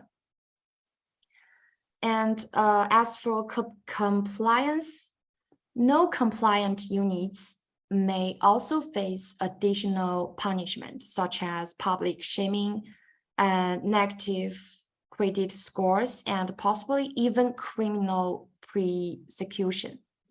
Yeah, it's the regulations are so strict. And for offset, the MEE, the Ministry of Ecology of Environment, is revising the management rules on the trading of voluntary emission reduction of greenhouse gas. Going forward, it will improve relevant system design, introduce offsets, carbon financial derivatives trading, among others, to guide market expectation, gradually diversify trading categories, methods, and players so as to form reasonable carbon pricing. As for transition plan of pilots, the relevant plan is still being researched. So we don't talk much here. And there are also more specific plans. And the first is clarify future emission reduction targets and gradually and moderately tightening total allowances. Second, increase the proportion of paid allocations and release effective price signal. Third, enrich the types of offset projects and improve the CCER price mechanism. And fourth, expanding the degree of market openness and promoting diversifications of participating parties. And fifth, set up flexible mechanism to ensure a balance between supply and demand in the market.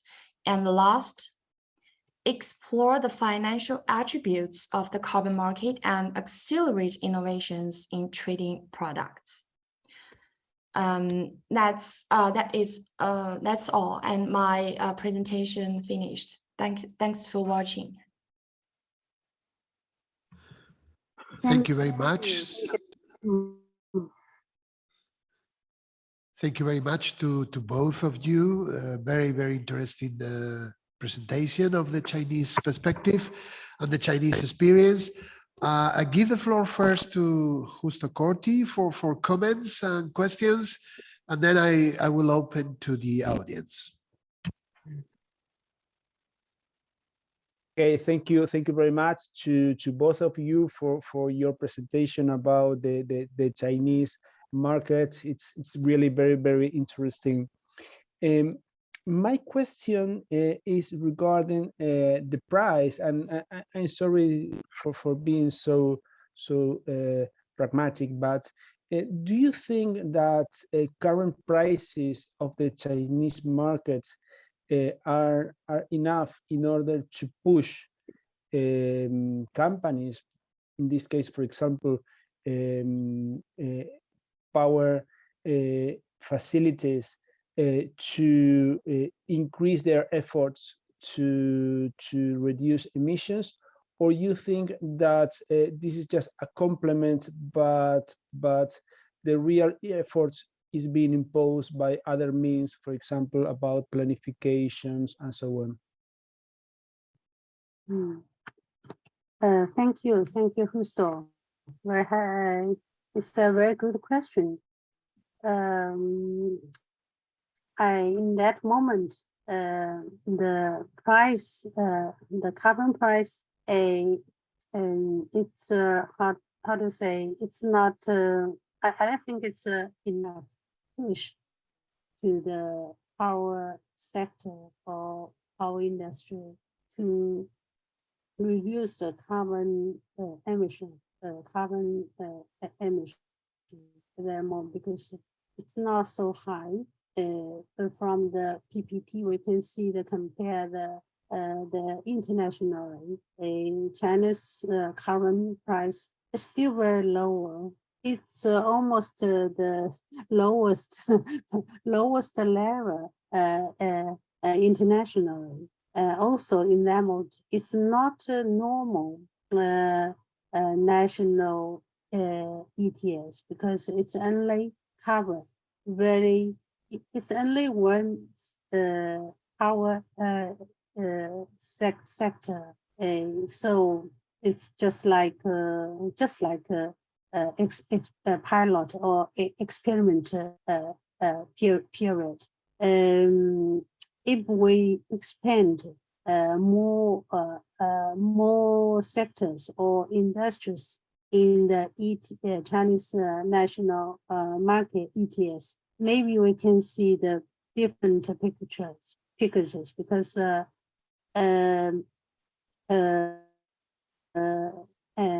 electricity, the sector, and also except the electricity sector in China, we have we have a very high energy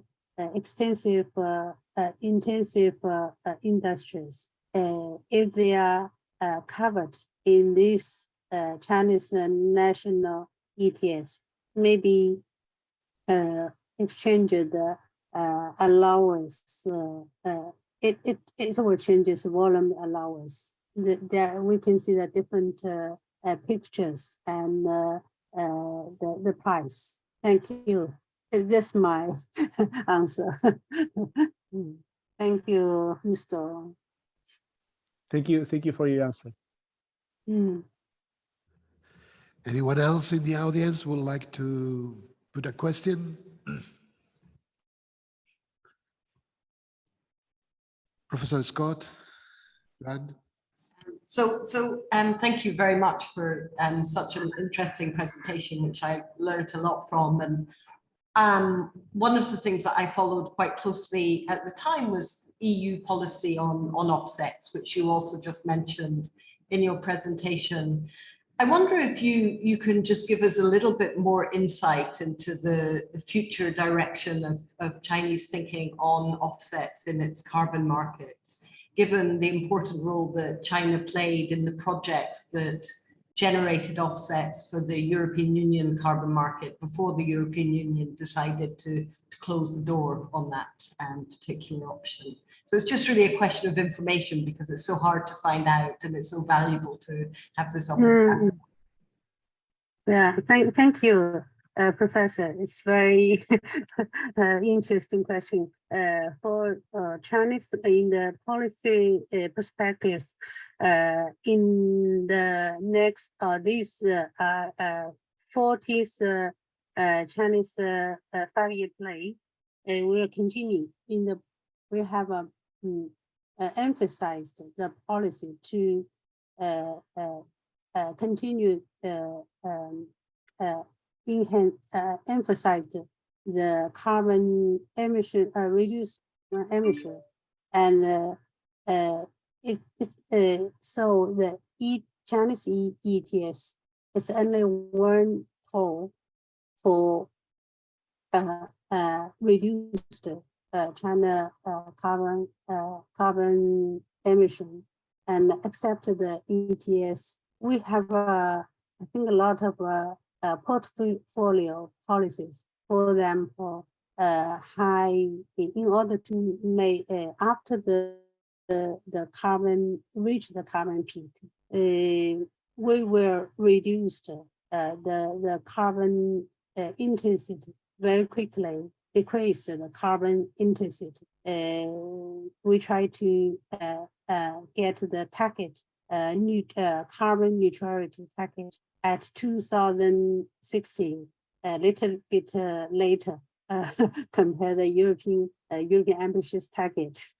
So there are a lot of policies and innovation. Also, we use technology, blockchain and Alipay, something innovation,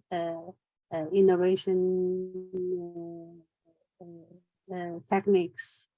Try to make green China become more green China, transfer energy, green transfer, energy transition. Now it's very quickly. And we still have a lot of room to make the Chinese ETS, because from the PPT we can see the energy mixed. Even the supply or consumption energy mixed, but there are a lot of greater proportion of coal. So in the future, we will adjust our energy structure, decrease the coal and increase the solar. And even the nuclear power, the green energy. So that is the main ambitious policy. We hope we will more cooperation with European EU member states. Marta have a question. Yes, thank you very much for your great presentation, both. It's a very specific question, maybe a bit difficult to answer, but I would like to know which technology, which specific technology is promoted in China using carbon market. In the PPT, we mentioned several. One, it's a blockchain, but actually I don't know how to function well. It's blockchain. The other one is innovation idea. The Alipay, some company to open the person carbon account. It's calculated the person maybe how much they can be reduce the carbon emission daily, annually. It means that the whole society will make contributions to reach the carbon neutrality package. That is a very difficult question. I try to answer, make some answers. And right now, I think it's the right moment to have a more cooperation between China and EU on the renewable or the new the emission reduction techniques. I got some information that it seems that the CCS is not functioning very well. Some of the countries already do not pay more attention on the CCS. It seems that it put more in innovation investment, but it got a less result, and also it will take long time to see the performance. Is it right? CCS. Okay, thank you very much. It's very difficult to define innovation and new technology everywhere. Thank you. Yeah. Thank you. Thank you very much. I also have one question. As said by Justo regarding the European experience, the carbon tax would have been a much better solution. And if it was not adopted, it was because we have political constraints. Basically, we need unanimity, and we couldn't achieve that unanimity. So the ETS was the second best solution. In China, in principle, I don't see the same political constraints. I will say that in China, the carbon tax will have been a possibility, and it will have been more effective. But maybe you can clarify this and see and tell us if that was under discussion, if there were political constraints, why an ETS and not a carbon tax in China? Thank you, Jerónimo. It's a little bit sensitive political question at that moment, because since the European have an idea, the carbon border adjustment mechanism, there are a lot of arguments, debates in China. Most of, I think, for my knowledge, most of them are against. They are make some criticism on the carbon tax, because it will have some carbon leakage globally, but also have some serious researches. They make conduct research on how its impact on China in the future. So in that moment, there are a lot of articles based on this issue. For the carbon tax, I have no idea in that moment China will implement. We have a energy tax, maybe energy sector. We have some taxes. Jerónimo, thank you for your. I think we will discussion later in the next week. We have a special topic on the energy environmental tax, or also the carbon border adjustment mechanism, carbon tax. Thank you. Thank you very much. It's already time, so we close this morning session, and we make a break for lunch. We come back at 2:30.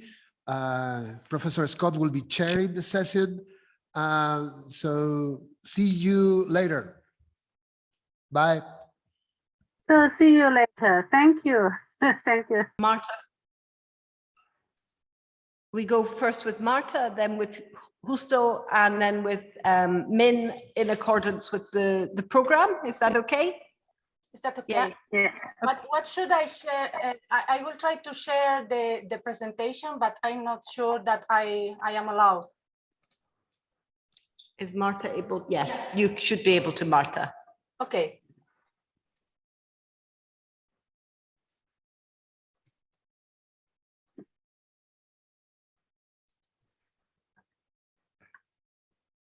Here is my presentation. Can you see it well? Yes, we see it. Thank you. Okay. Okay. Good afternoon, everyone. My role in this panel is just to introduce the topic towards a global carbon market, and mainly by talking about the debates and the results of the last two COPs in this field. After a brief introduction, I will refer to some key aspects of the Paris Agreement to better understand the steps taken at COP25 and COP26. You can see here on the slide the headings I have put it on around the different COPs that will help us to understand what happened in each one. COP21 in Paris, action and ambition. COP25 in Madrid was a transitional COP.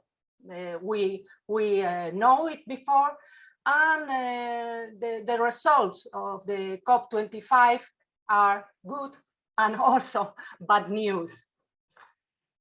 The United Nations Framework on Climate Change entered into force in 1994, and 197 countries have ratified the convention and are called parties of the convention. The conferences leads in 1997 to the adoption of the Kyoto Protocol. This is the first multilateral step towards the reduction on greenhouse gas emission, and also the first important step in achieving a global agreement on climate change problems. It includes mandatory commitments to emission reduction targets. And after that, in 2016, was seen the Paris Agreement. In this case, all the countries have joined to reinforce this global action. As in other international forums, multilateralism, trust, and transparency are the main basis for having good results. The two recent COPs, COP25 and COP26, show the benefits of such global approaches and also their limitations. Now I would like just to share a few ideas from theory and from theory to practice, because there are, as you all know, several instruments for reducing greenhouse gas emissions.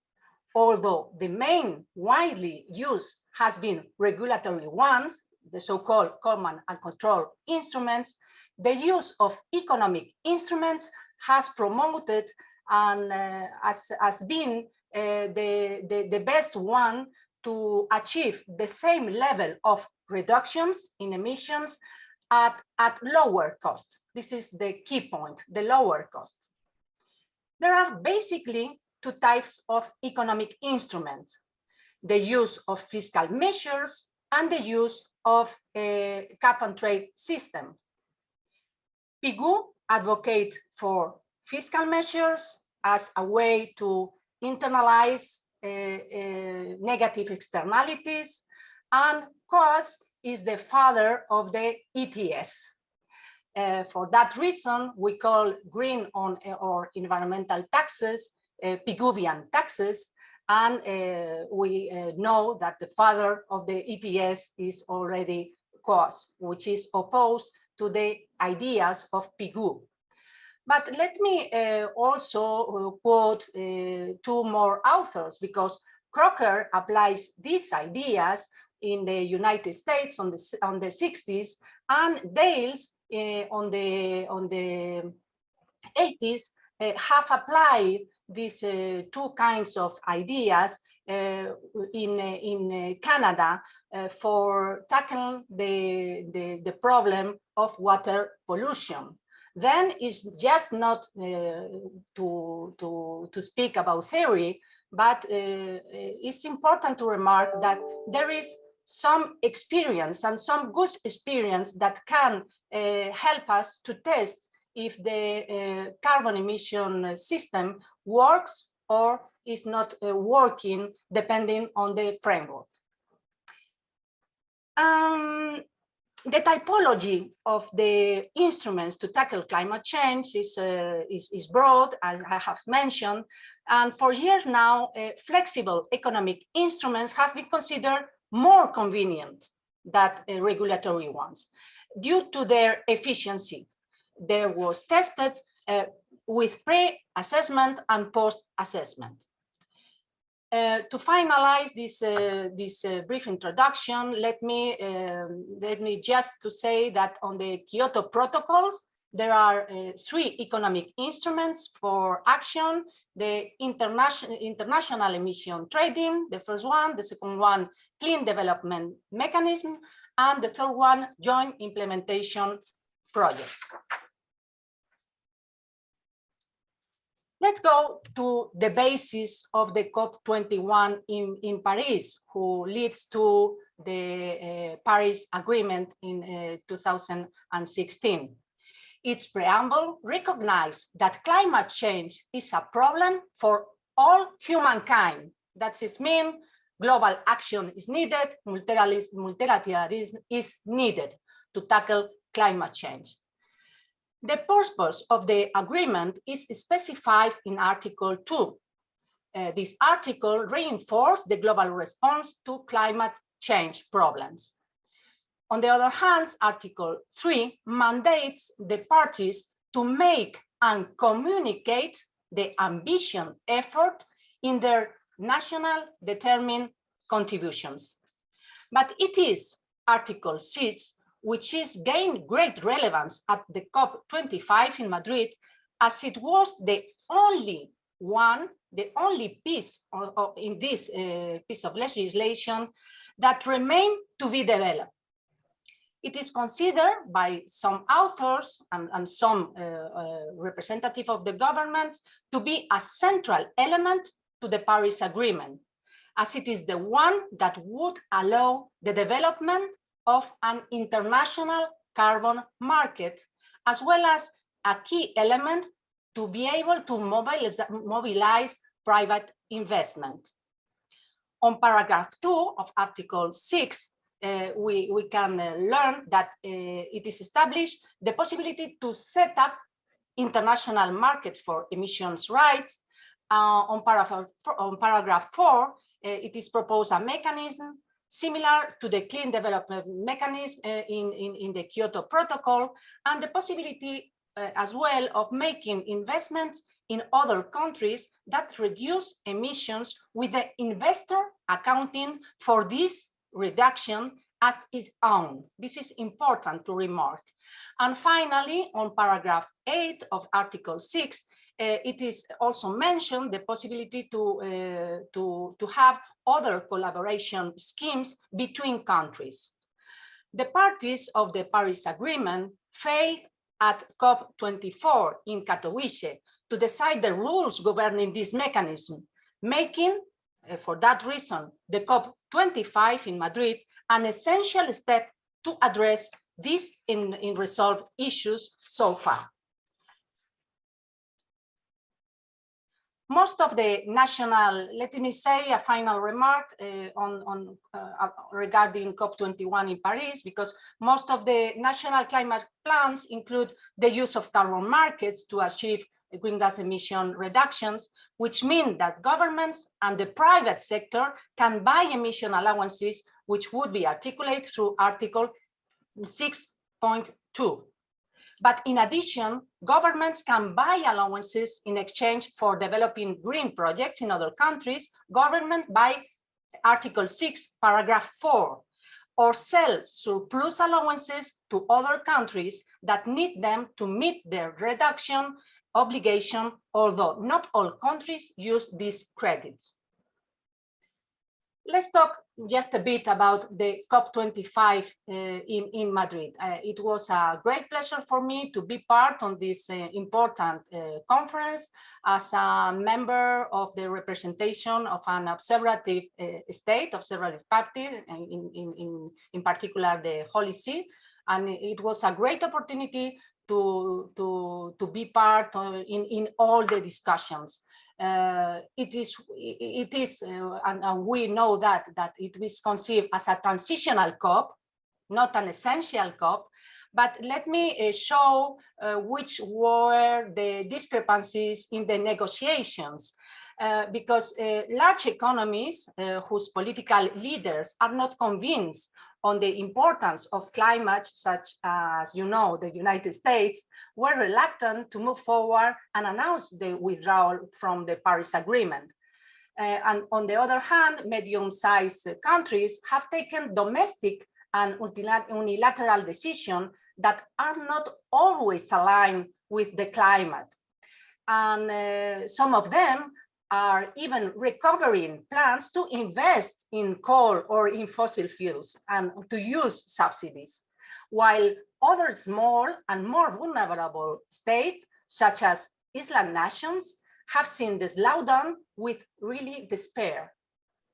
Unlike the previous COP, the Madrid COP has been a transitional one with a cross-cutting agenda where the discussion on Article 6 of the Paris Agreement has played a central role, as it has been understood as a way to respond to the urgency in action. More ambition is the heading of the Madrid, the so-called Madrid COP25. It should also be noted that the content on the Article 6 is dynamic. It includes both that could be assimilated to an emission market between countries in paragraph 2, and as well as non-market approaches in paragraph 8. Negotiation has been really very intense and very extensive, resulting in up to 3 draft texts to be adopted, although the issue finally has been postponed until the COP25. Deadlines 2020, 2030, and mechanism has been also the main point of divergences in the COP25 negotiation, but there has been consensus, at least in that the multilateralism is necessary, as well as increasing transparency in measures, instruments, and accounting. It is important to have consensus in accounting the emissions, and that no instrument, and that is a key point to remark, that can contribute to reducing emissions can be ignored, whether it is classified as mitigation or adaptation instrument, which is the terminology of the Paris Agreement. We can say we can use market instruments or tax instruments if they are accurate for achieving targets easier. Disagreements between parties have also emerged on very technical and regulatory issues, and specifically on whether ambition should take the form of hard law or soft law. For example, code of good practices.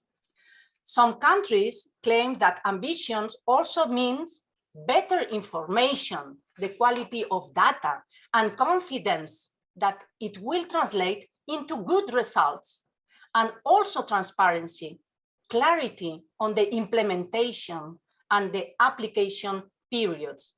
But let me show which are the main difficulties. The main difficulties were around 5 areas. First of all, how to articulate international carbon markets. Secondly, how to guarantee financial contribution to the Global Climate Fund. Thirdly, how to secure national NDCs and the time lapses for reviews, 5 years, 10 years. How to increase pressures on polluters under the so-called the European Green Deal, which was presented at that time. It was a great news in COP25 in Madrid. And finally, defining the next steps after 2020. There are also other divergences between positions of the parties. For example, flexibility versus regulation, the need for taxonomy regarding what is a green bond. We have talked about that problem of taxonomy in the previous section of this course. Transparency, public and private financial aspect, the scope of ambition, etc.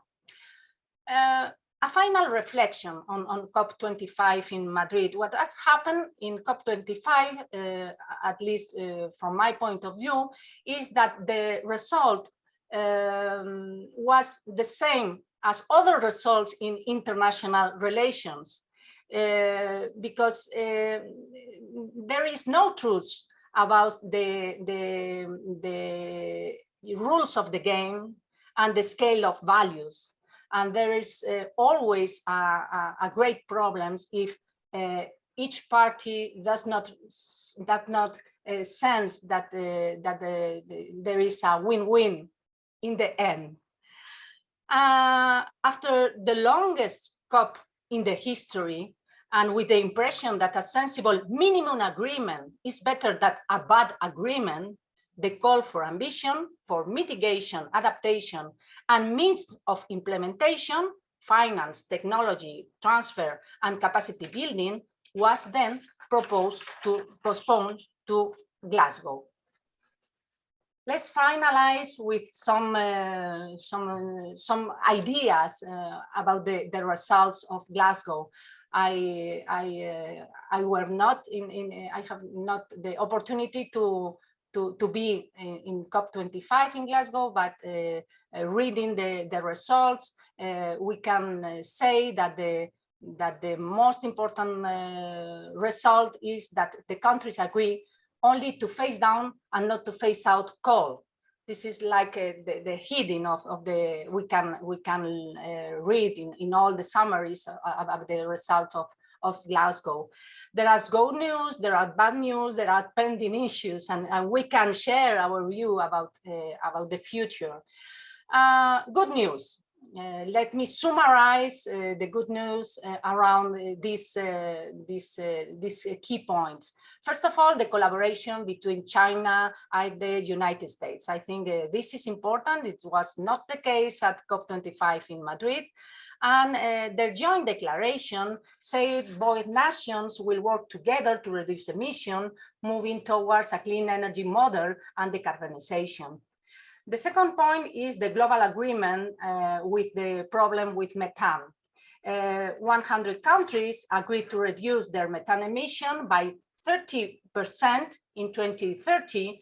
And as an important step, when you take into account the IPCC reports, because they are really focused on the problem with methane.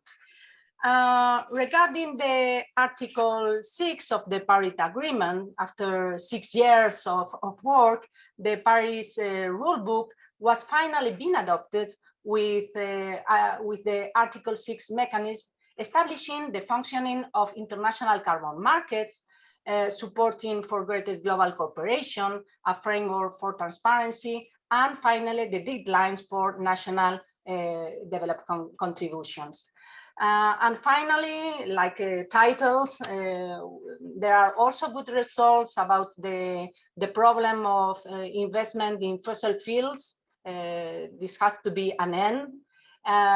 The global call to clean energy transition, the global pact supported by more than 14 countries promised to eliminate the use of coal in the main economies by 2030 and in developing countries later in 2040.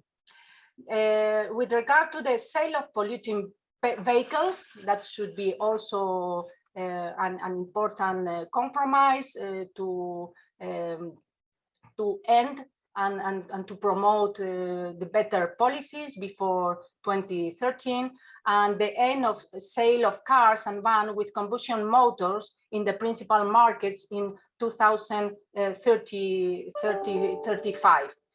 And at global level in by 2014. There's also some agreements, some important agreements, reading as good news regarding fashion industry, because over 130 companies and 40 organizations connected to the fashion industry launched a joint appeal for a 50% reduction emissions in their activity by 2030.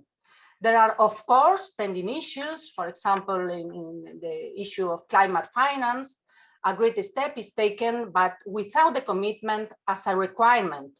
The parties of the convention have committed to beginning a process to agree a long-term financing, but beyond 2025. There is also some pending issues regarding the elimination of coal and the big problem of the subsidy for fossil fuels. This is my summary. I am very much looking for your views in order to have a good debate of this kind, around this kind of issues. Many thanks, and this is my last slide. Many thanks. Thank you very much, Marta, for that tour de force. And how should we do this? Should we go first to Justo and then Min, and then have a conversation? I think that might work best because the presentations are going to be closely related. Is everybody fine with that? And then we have the conversation at the end. Great. Thank you, Marta. I will enjoy discussing things with you. It's a very nice presentation. So Justo, we pass the floor to you. Okay, thank you very much, Joanne, and thank you to you as organizer of these events. You know that I always keep very nice thought about when I was a very young PhD candidate and it was at UCL with you. Thanks to your welcome that I really appreciate every year that I could include in my CV the possibility to say that I was invited there, and thank you very much. Well, in fact, since this is a round table, I didn't prepare a presentation because what I think is much more interesting is to introduce some questions, some ideas, and in order to make an exchange with the other members, with the other colleagues, with Marta and Ming, about this promising, but unfortunately, I think it's a very difficult project of having a global market or a global ETS. Well, the first that I would like to underline is that, as Marta said, at the origin, from a theoretical aspect and in practice too, there are two ways to tax carbon, basically. One way is through a carbon tax, and another way is through an ETS system. According to the European directive, it's possible to have connections between different ETS. However, the requisite that it's established is that the other ETS system that could be connected to the EU ETS should be compulsory. They should establish a clear cap, and the system, I mean the rules of the system, should be compatible with the rules of the EU ETS. There is one clear example when these three requisites finally were accomplished. Is the case of the Swiss ETS. In 2017, the European Commission signed an agreement with Switzerland in order to put both ETS systems all together. Of course, they maintain their independency, but for example, the allowances are equivalent. And in fact, the price that we found in both ETS are similar. And this idea of joining to ETS was put into practice, so it's functioning since the 1st of January of 2020. There are negotiations also to have similar agreements with Australia. However, what I see is that this possibility of creating a global ETS, it's much more difficult since the problem of compatibility could only work with ETS systems that are much more similar. And when I say much more similar, I'm not talking only on the design, the technical design of the ETS system, but mainly on the elements of the economy, I mean the markets that these ETS are linked to.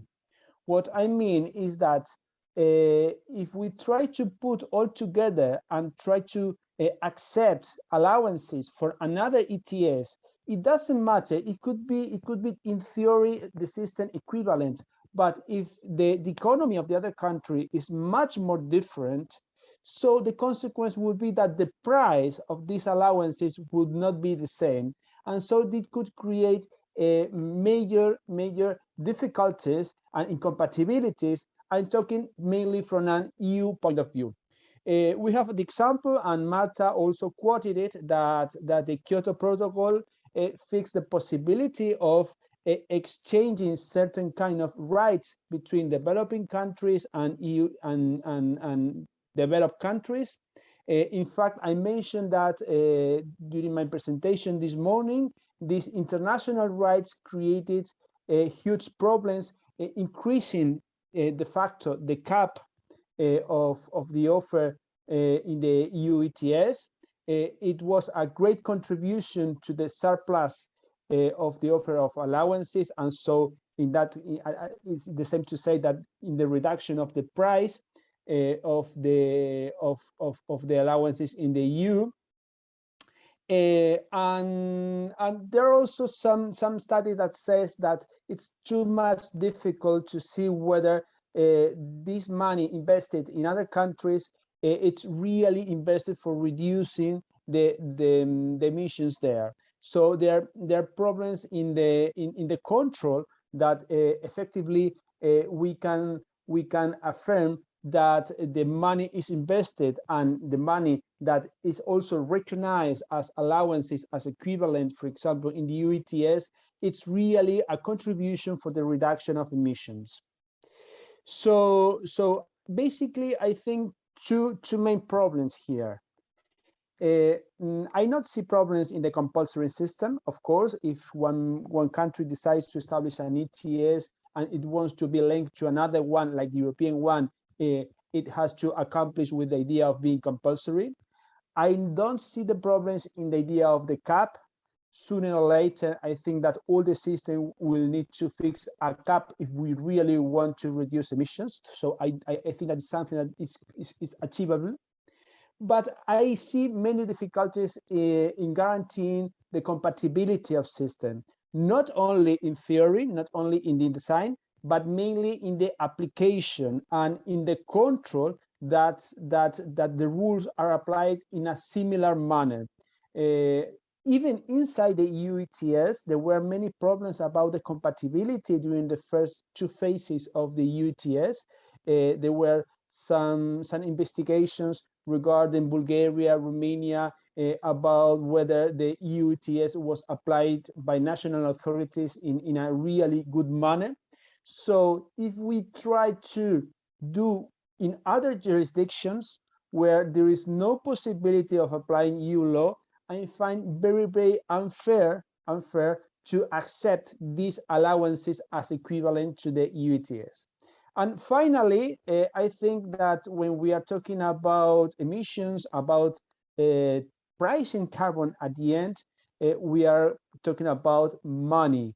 And since if the price of allowances is not equivalent, I think it's very difficult to create a global ETS system, because at the end it could be create an unfair competition. I would like to share just one slide. This is the only slide that I would like to share. This was prepared by the OECD, and this is the differences of carbon prices. It includes both carbon taxes and ETS systems among different countries, and the differences are huge, as you can see. The differences are huge. In fact, this morning I said that according to my research, a carbon price below 20 euros, I found it as useless.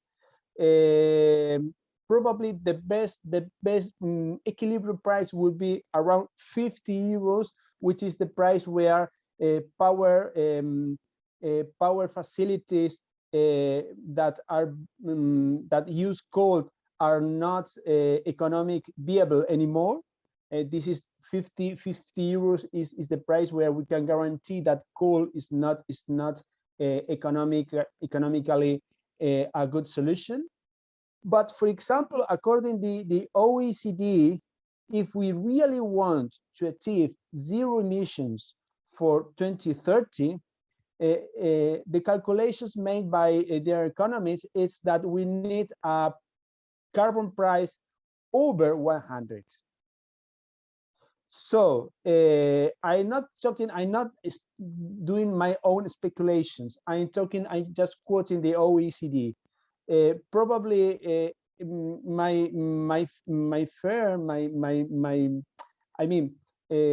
I'm really afraid that I do agree that the collaboration is good. I do agree that it's necessary to promote any kind of mechanism in order to foster the reduction of emissions.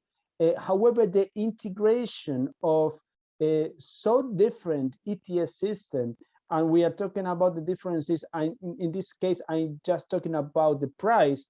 The only conclusion, the only result will be the reduction of carbon price, which is not good for the final goal of fighting against climate change. So, well, this is just my contribution to the discussion. And as I'm sorry to say that I have more questions and doubts than answers and solutions. Thank you very much for your time. Thank you very much, Justo. Which year was it you were in UCL?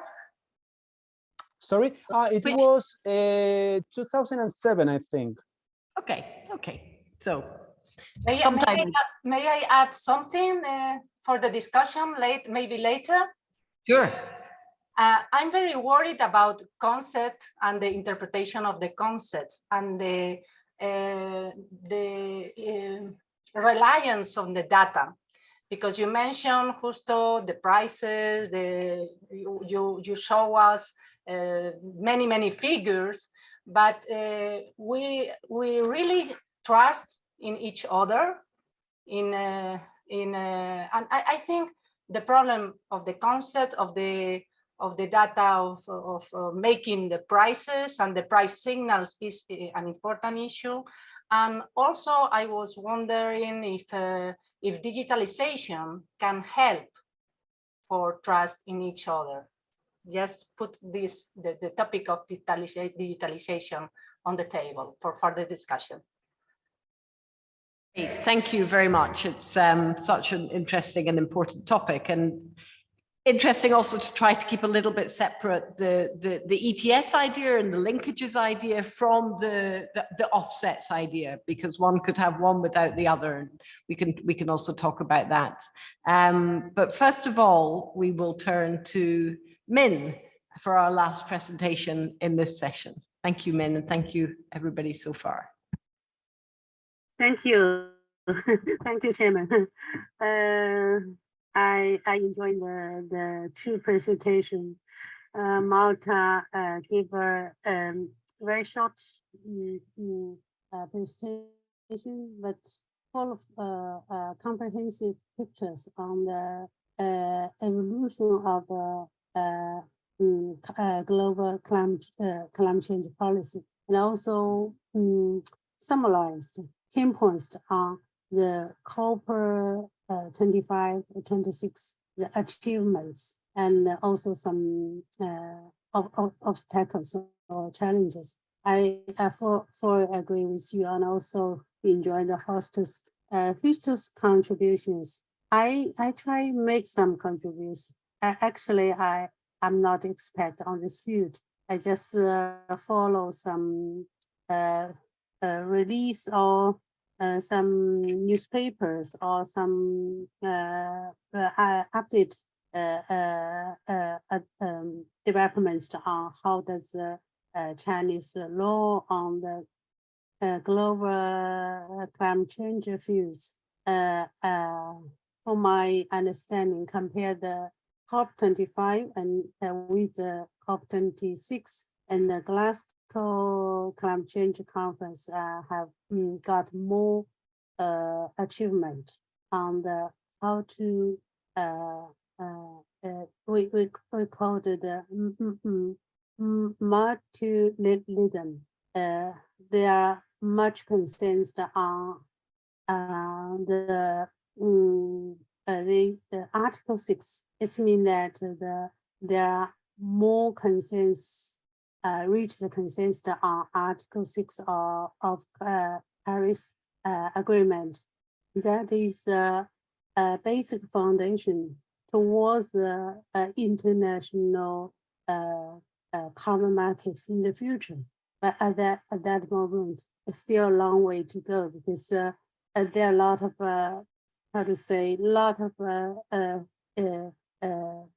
very concrete, specific issues to be dealing with. For example, accounting and also the funding, the investment, because there are in the in the Paris Agreement, in the Copenhagen at that time, there was a mechanism to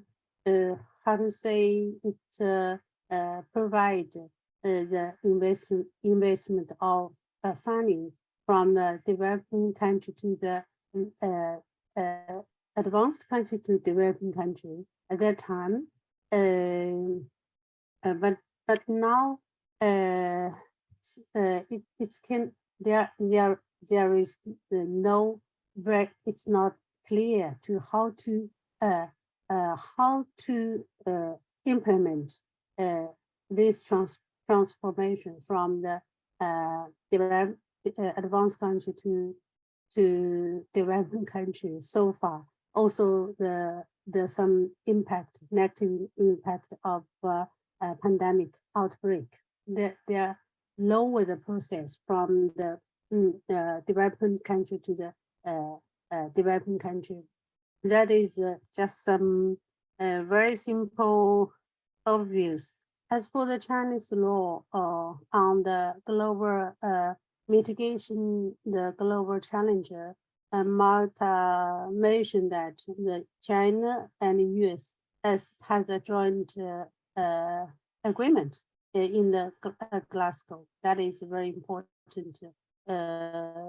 That I think that is a very important political signal for sure, that whenever the relation between China and the US in the trade or economy, but the global climate change is a global issue, should be making joint force to tackle it.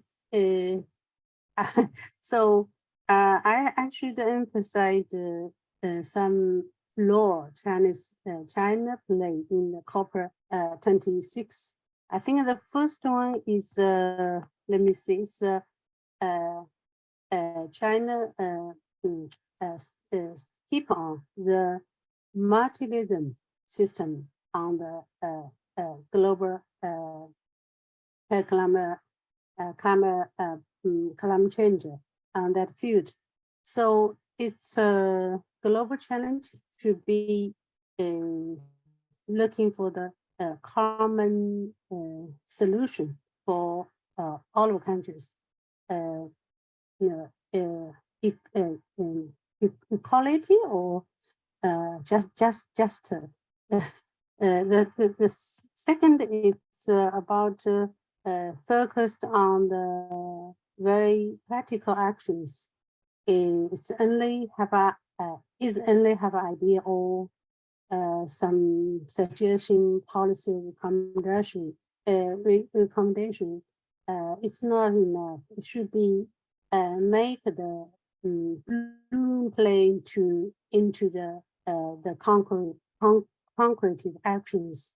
That is very important. So it needs to have I think should be a more summit the adaptation measures annually, maybe this year. So it should be each country what kind of adaptation measures they will take. So China have some law to push this progress. That's a second. The third is, let me see, the third is about, I already mentioned, it's China and the US side have a joint statement for the world. The third. The fourth, the last one, it's a Chinese delegation. Every time China's government have a how to say, the delegation to attend the COP 2026 or 25-26. Every time this kind of a delegation organize different roundtables, discussions, and sometimes they invite the BRICS countries, including India, Brazil, etc., to reach the common consensus on some pending issues to push the negotiation have some results. That is, I remember, I saw in the Madrid COP 25 at that time, there is a China's public. They have some conference between the China and Asia countries. They discussion the transparency, the technology transfer, etc. And wants to push the agreement to reach. That is law. Also, China has speed the green energy transition process, and that at that moment. So that is Chinese law on the after the COP 26. That's all. Thank you. I'm not sure I make clear or not. Thank you very much, Min. And I think now we've got lots of food for thought, both from the global perspective and the Chinese perspective. So we can use that to have a discussion between us. Maybe I can sort of ask the naive question to start with, because as I said earlier, I did do some work a long time ago on the clean development mechanism, but I haven't followed developments closely since that.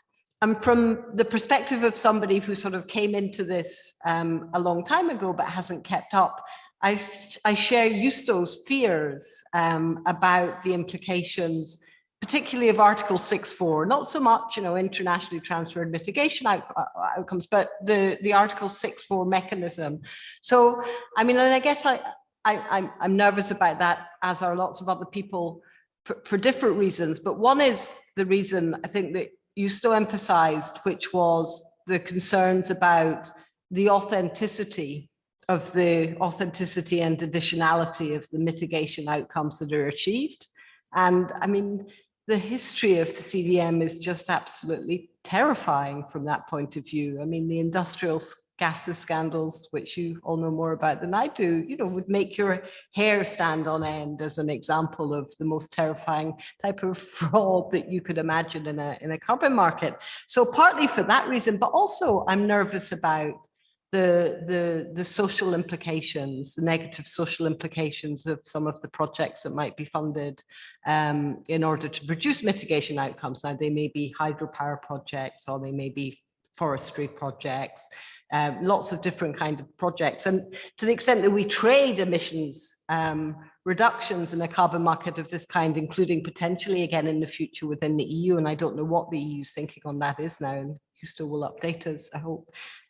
We somehow become involved in these negative social implications. We in Europe become involved, as well as people in the countries where the projects are actually taking place. So from my naive perspective, looking back to the history of the CDM, when I saw on Marta's slide as they were saying, you know, promising things that happened at Paris, Article 6 and the Paris rulebook, I think, oh no, I'm not so sure if that's promising or not. So that's just really a comment and a question combined, because as I say, I'm not up to date, so I don't have a sense whether the rulebook is evolving in a much more promising direction that would mean the concerns of the past are no longer really deep or valid concerns.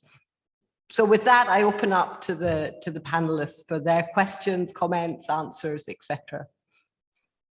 Let me start before Justo's inputs on the mechanism of Kyoto, because he's an expert on that. Let me share with you the problem of having consensus of citizens and society.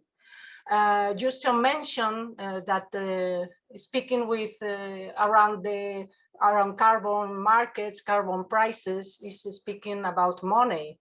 But let me add, is speaking also on the use of money. And let me put on the table the Fit for 55 proposal from the European Commission to use the resources of the new scheme of ETS and of course the use of the national resources coming from environmental taxes for clean development techniques or climate change policies as a whole. No? I think this is important because we should take into account not only the part of prices in market or in fiscal measures, but also the other side of the coin, which is the financial funds that could be international ones, European ones, or national ones. And if all the pieces are not put together and are not coordinated, we cannot have a good result in any case. Just to put on the table the two sides of the coins, the side of the having income and the side to use the resources for more ecological projects, investment and connections in electricity, energy, and so on. Justo? Yes. May I, Joanne? Absolutely. I see myself as a participant rather than a chair at this point, because we're a very small group. Well, I have to admit that, of course, that some of my thoughts are a consequence of my previous perspective on other aspects that are not necessarily really related to the ETS itself. I think, generally speaking, and sorry if I'm going a bit far away from the central point of this table, but I think that the context sometimes is important. Generally speaking, I think that we are in a changing period of history. I mean, during the last 30 or 40 years, we were in a period of globalization, and my perception is that since the last 5-10 years time, but if we have to found one specific year, maybe it could be the year of 2020, the year of the pandemic, we are moving back to a more nationalized period of the history. I mean, I think that the state is back again. Britain has taken back the control again.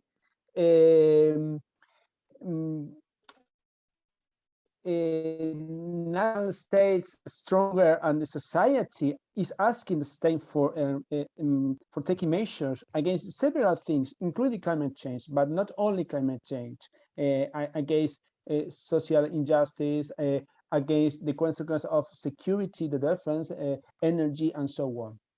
So what I think is that in this context, the possibility of international collaboration and the creation of sophisticated organization that could do the surveillance of this so complicated system is not a real possibility. It's not a possibility, at least in the short term. So I think that Kyoto Protocol was written in another period of the history. We have changed since then. I do agree that Paris tried to promote the collaboration, and it did make sense because we were coming from a huge disaster that, like it was Copenhagen and the other COPs, and so it was necessary to rebuild the bridges and the collaboration between the states, and so any kind of discourse of establishing new links was necessary. But if you see in details a Paris Agreement, at the end, big decisions are taken at the national level. So taking into account these contents, and I do not agree with the idea of international funds in order to promote projects abroad. I think that climate change is a so huge challenge for the humanity itself that any country will take any measure. Of course, it would depend on their capacity, but I think that we do not need to convince other countries to take measures. They will do that. And at the end, funding will arrive. And let me to give you an example.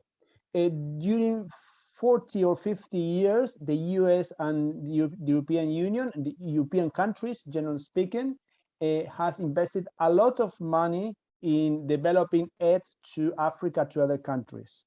This money was, I think that was not used adequately, being diplomatic. And at the end, we are seeing that the market itself, and thanks to China in many events, is contributed more to development of this country than all the funds or international fund or any kind of international aid that we can create in some sort of paternalistic point of view from the European Union. So what is my perception? My perception is that now is not the moment of huge adventures in creating international frameworks. It's the moment to reduce the collaboration to real effective measures. And I think that it doesn't matter whatever we call it, ETS. We can call ETS, we can call it carbon tax, we can call any kind of pricing of carbon. We need to fix a fair price, minimum price, and probably the goal will be to agree this minimum price internationally. As, for example, as the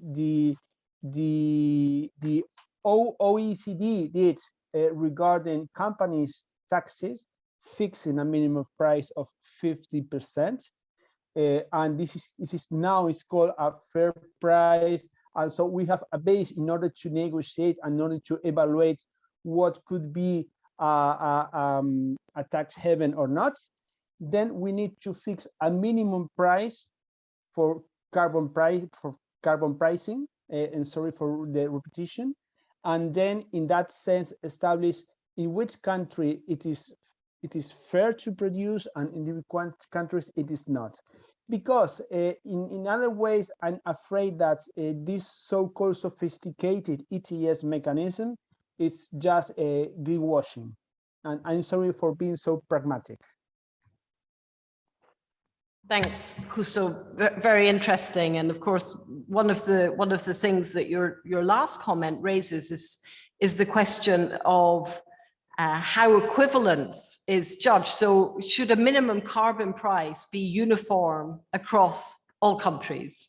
And of course, in the climate change regime, we have deeply embedded the principle of common but differentiated responsibilities and respective capabilities, which makes it difficult to imagine that there could be a minimum carbon price, but and that some sort of differentiation at least in relation to developing or in relation to least developed countries and small island developing states might be required. But I throw that in as a comment before turning to Min and Marta to see whether they would like to also say something in response to one another's comments or something independent. Min, do you want to step in?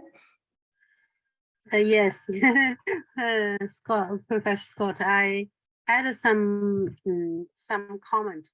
You mentioned the CDM project. In case of China, it's a CDM project. Is very were very successful. It's between the China and EU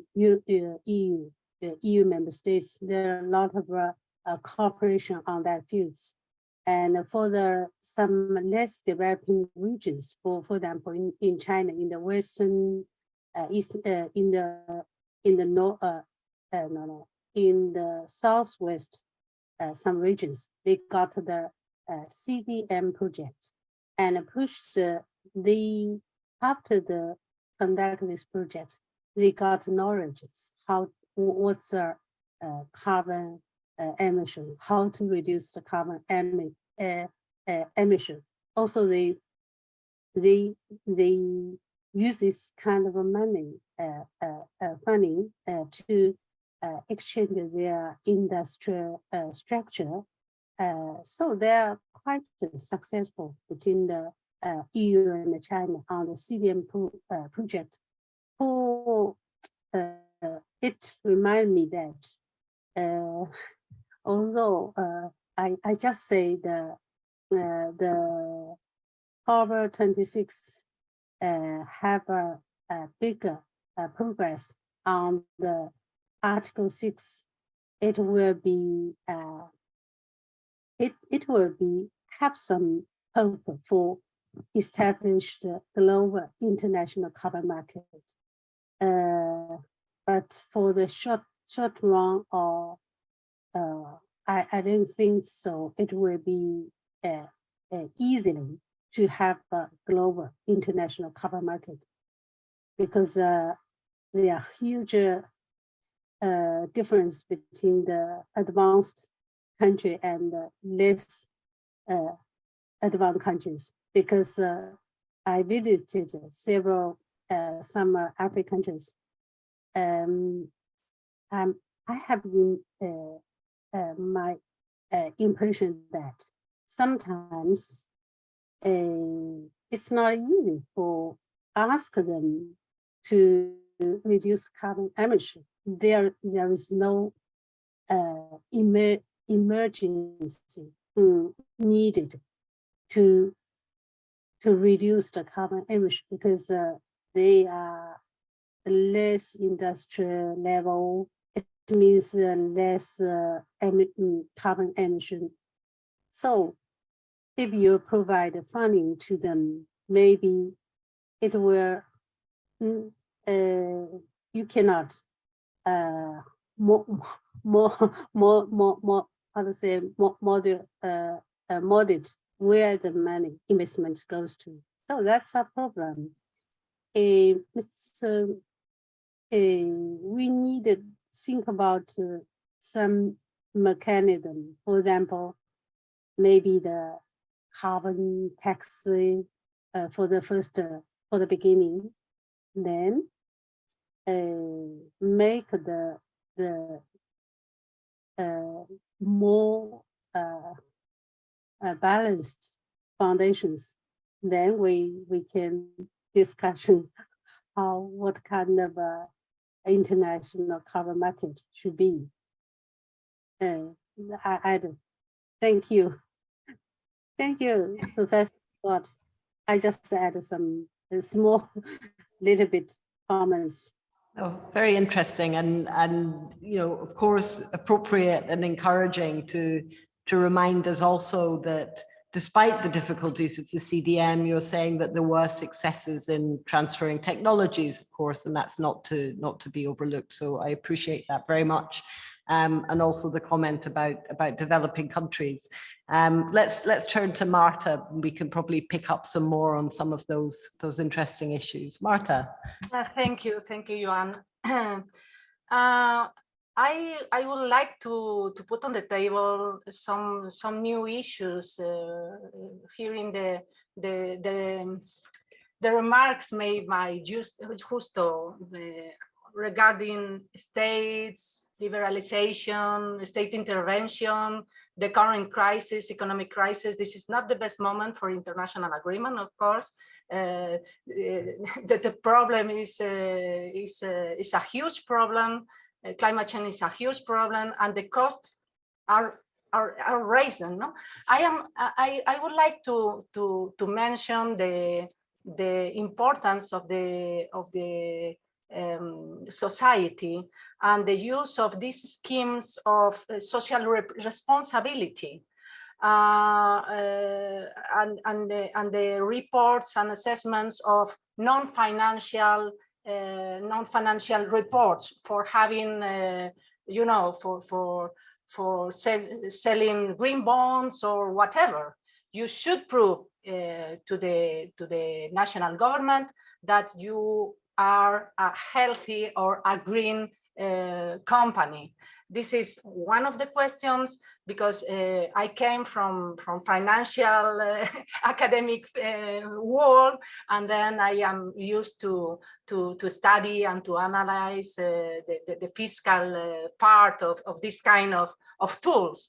But I am very much interested in the possibilities for further good news on the relationships between public and private sectors. Usually, I used to know that governments and politics wants to have more money for investment and for whatever. And of course, companies want to have more money for investment and whatever. And there is some special agreements, and the regulation is on the table, not only just approve or test, but the reality is on regulation.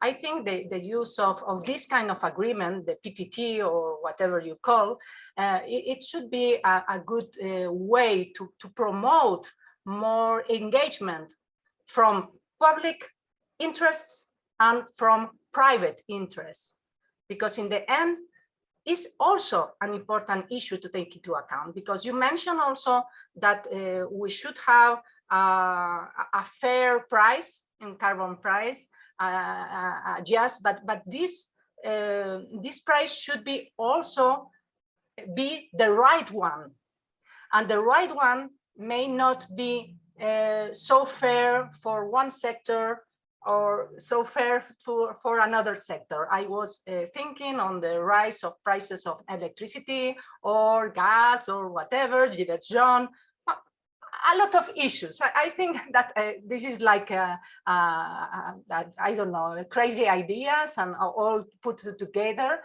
But I think we should also focus on different ways of acting, not traditional one.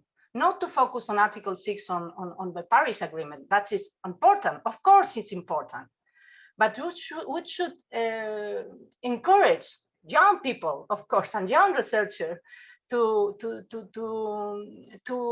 think about other kind of solutions, putting in common so different interesting, because it's not a question of regulation or market-based instruments or taxes or whatever. And let me add one more issue. To me, justo, it's not the same to call environmental tax or to call ETS. It's not the same. One is a market instrument and the other one is a fiscal instrument. And there should be, you can have an overlap, but they are not the same concepts. Thank you, Joanne, for this opportunity. to That's- raise everything that come into my mind hearing from Min Zhang and from Justo Corti. So really interesting, and we'll pass back to Justo. But I see the beginnings of an article emerging here about, if it's not already been written, about what the carbon pricing mechanisms can learn from international taxation. One could really imagine that it's not just the idea of tax havens, colloquially speaking, but many other things as well, anti-avoidance techniques and so on. So we've got the dream team here. So for this article, Justo.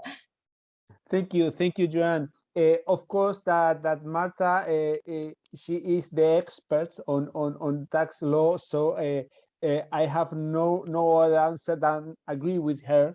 Of course, that there are differences. I was trying to make a simplification in order to put myself in the shoes of the owner of a company who's thinking, where will establish my factory, in this country or in another, what are the costs, and so on.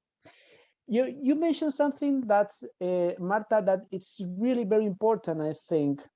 You mentioned the collaboration between public and private sector, this general idea that this is a global commons challenge, and so everyone have to make his or her own contribution. And since you know that I coming from in international economic law area, and there is something that I was thinking since a long time ago. It's what is the impact of international trade in this topic. I mean, international trade has been developed a lot during the last 50 years. And generally speaking, there are not many restrictions to international trade. In fact, the World Trade Organization, where Joanne is the expert, has reduced a lot all the traditional restriction, even some new restrictions too. However, when we talk about the carbon dioxide and what it is known as a carbon footprint, there are not many tools in order to obtain the right information as a consumer, in order to know which product has a greater or a lower footprint. And I think that there is an information failure, clearly.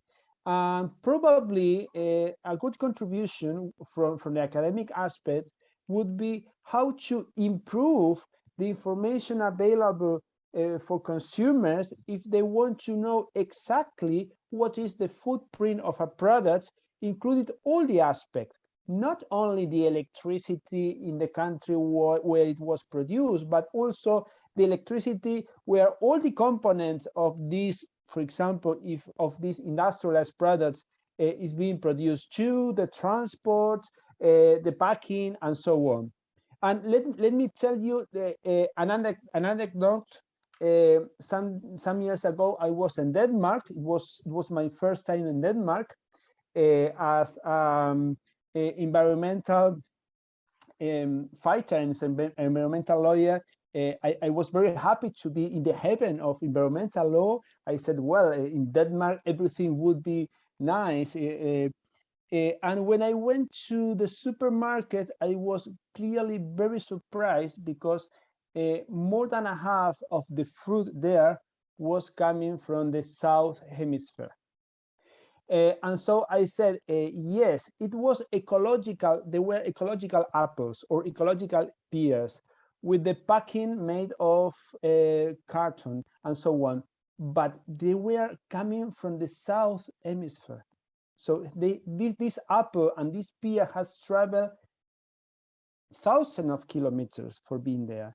And there was no footprint in order to take into account. So this consumer, these Danish consumers that are supposed to be very concerned on ecological issues, could not decide whether to buy a I don't know, an apple coming from France or an apple coming from Chile or from South Africa. So I think that it's necessary to implement some measures in order to give consumers this information, and also to promote this collaboration, the private-public collaboration, in order to permit better decisions in this field. Thank you very much. May I answer, or Joanne? Yes, go ahead, and then we leave a little bit of time for Min at the end as well. Yes. I should do my best to briefly answer Justo. Of course, I agree with you. For companies, it's the same to have carbon tax or ETS, because they count the money and the cost for having benefits, and that's all. It's just a remark, because I would like to highlight very much on concepts and really to put on the table the real consensus of one concept, in order to have the whole picture trusting. I'm very much concerned on the importance of the international trade for fiscal point of views, and I have published around the importance of the energy charter and specifically its appliance to the investors from other countries in Spain on renewables and so on, and you probably know that there is the 7% Spanish tax on the production of electricity that has argued in this kind of procedures, take into account the applicability of the energy charter. Of course, the international trade is important, and I have also already published research, because I was very aware with regard the non-connection of these international considerations, let's say trade, European or whatever, without taking into account the footprint and the non-fiscality of big producers or big companies. No, you should put into account the challenges in climate change challenges with international fiscal challenges, and if you put together that, the picture was extremely bad, and we have to improve that non-connection in the objective. They are not connected, and I think it's important for the research to connect these kind of issues. And of course, I'm very much also concerned about the certificate of origin or geographical indicator, as you can call, of the product. And I think the right tool to improve can be, or might be, the use of blockchain, because you can show where the product is produced and where the product is consumed. And there is no, of course, more information for consumers on the final footprint, but I think we should work on that issue in order to improve better consumption, and the responsibility not only for the producers but also for the consumers. And that's all. I promise to be brief.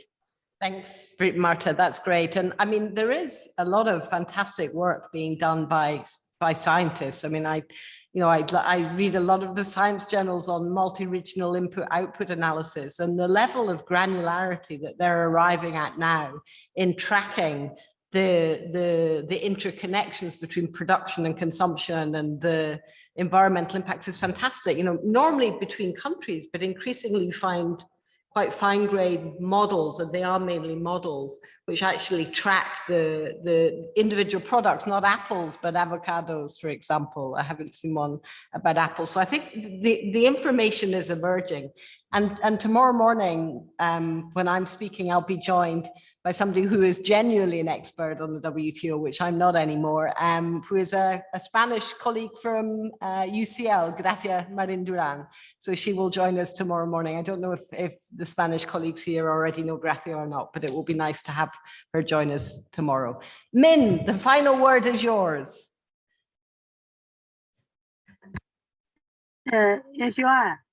Thank you. I'm very happy to. I'm enjoying the conversations and the arguments, also the viewpoints from the Marta and Justo. I think it's very important to have a cooperation between the private and the public. They have a special partnership to be established for the common efforts for the make the contribution together for the reduced carbon emission. It's true that in China, the Alibaba or some company, the private company, they already some actions, for example, the calculate the person footprint, something like that. They already done. Also have make a contribution, some funding to the energy transition process. Even in the company, they were enterprises. They were upgrade, how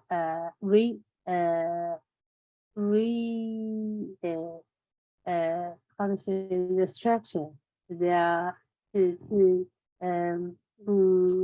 structure, their supply chain or production chain to minimize the carbon emission. And it's Marta, you mentioned the physical and how to say, the physical and the mechanism. For the carbon taxi, it's belong to the physical and the mechanism for them for ETS. It's yeah, it should be quite different. Is it possible? My question is, in the future, they have unifying, looking for some unifying mechanism, not taxi, because physical taxi normally is belong to the domestic or national finances. Is there any unified, just like global governance regulations to governs the carbon international carbon market? Thank you, Joanne. Thank you very much, Min. I'm going to give one last sentence to each of our contributors. My last sentence is to say I would like to learn more about this Alibaba initiative. I have found that very informative. I did not know about it, and I imagine Alibaba might take us in the direction of a global carbon market more quickly than the UNFCCC, but we shall see. So Justo and then Marta, one sentence each. I would like to finish in a positive manner. It's very good that all of us are discussing how to improve this and not how to avoid it. So I think that we are going in the good path. Excellent. Thank you, Justo. Marta, don't depress us.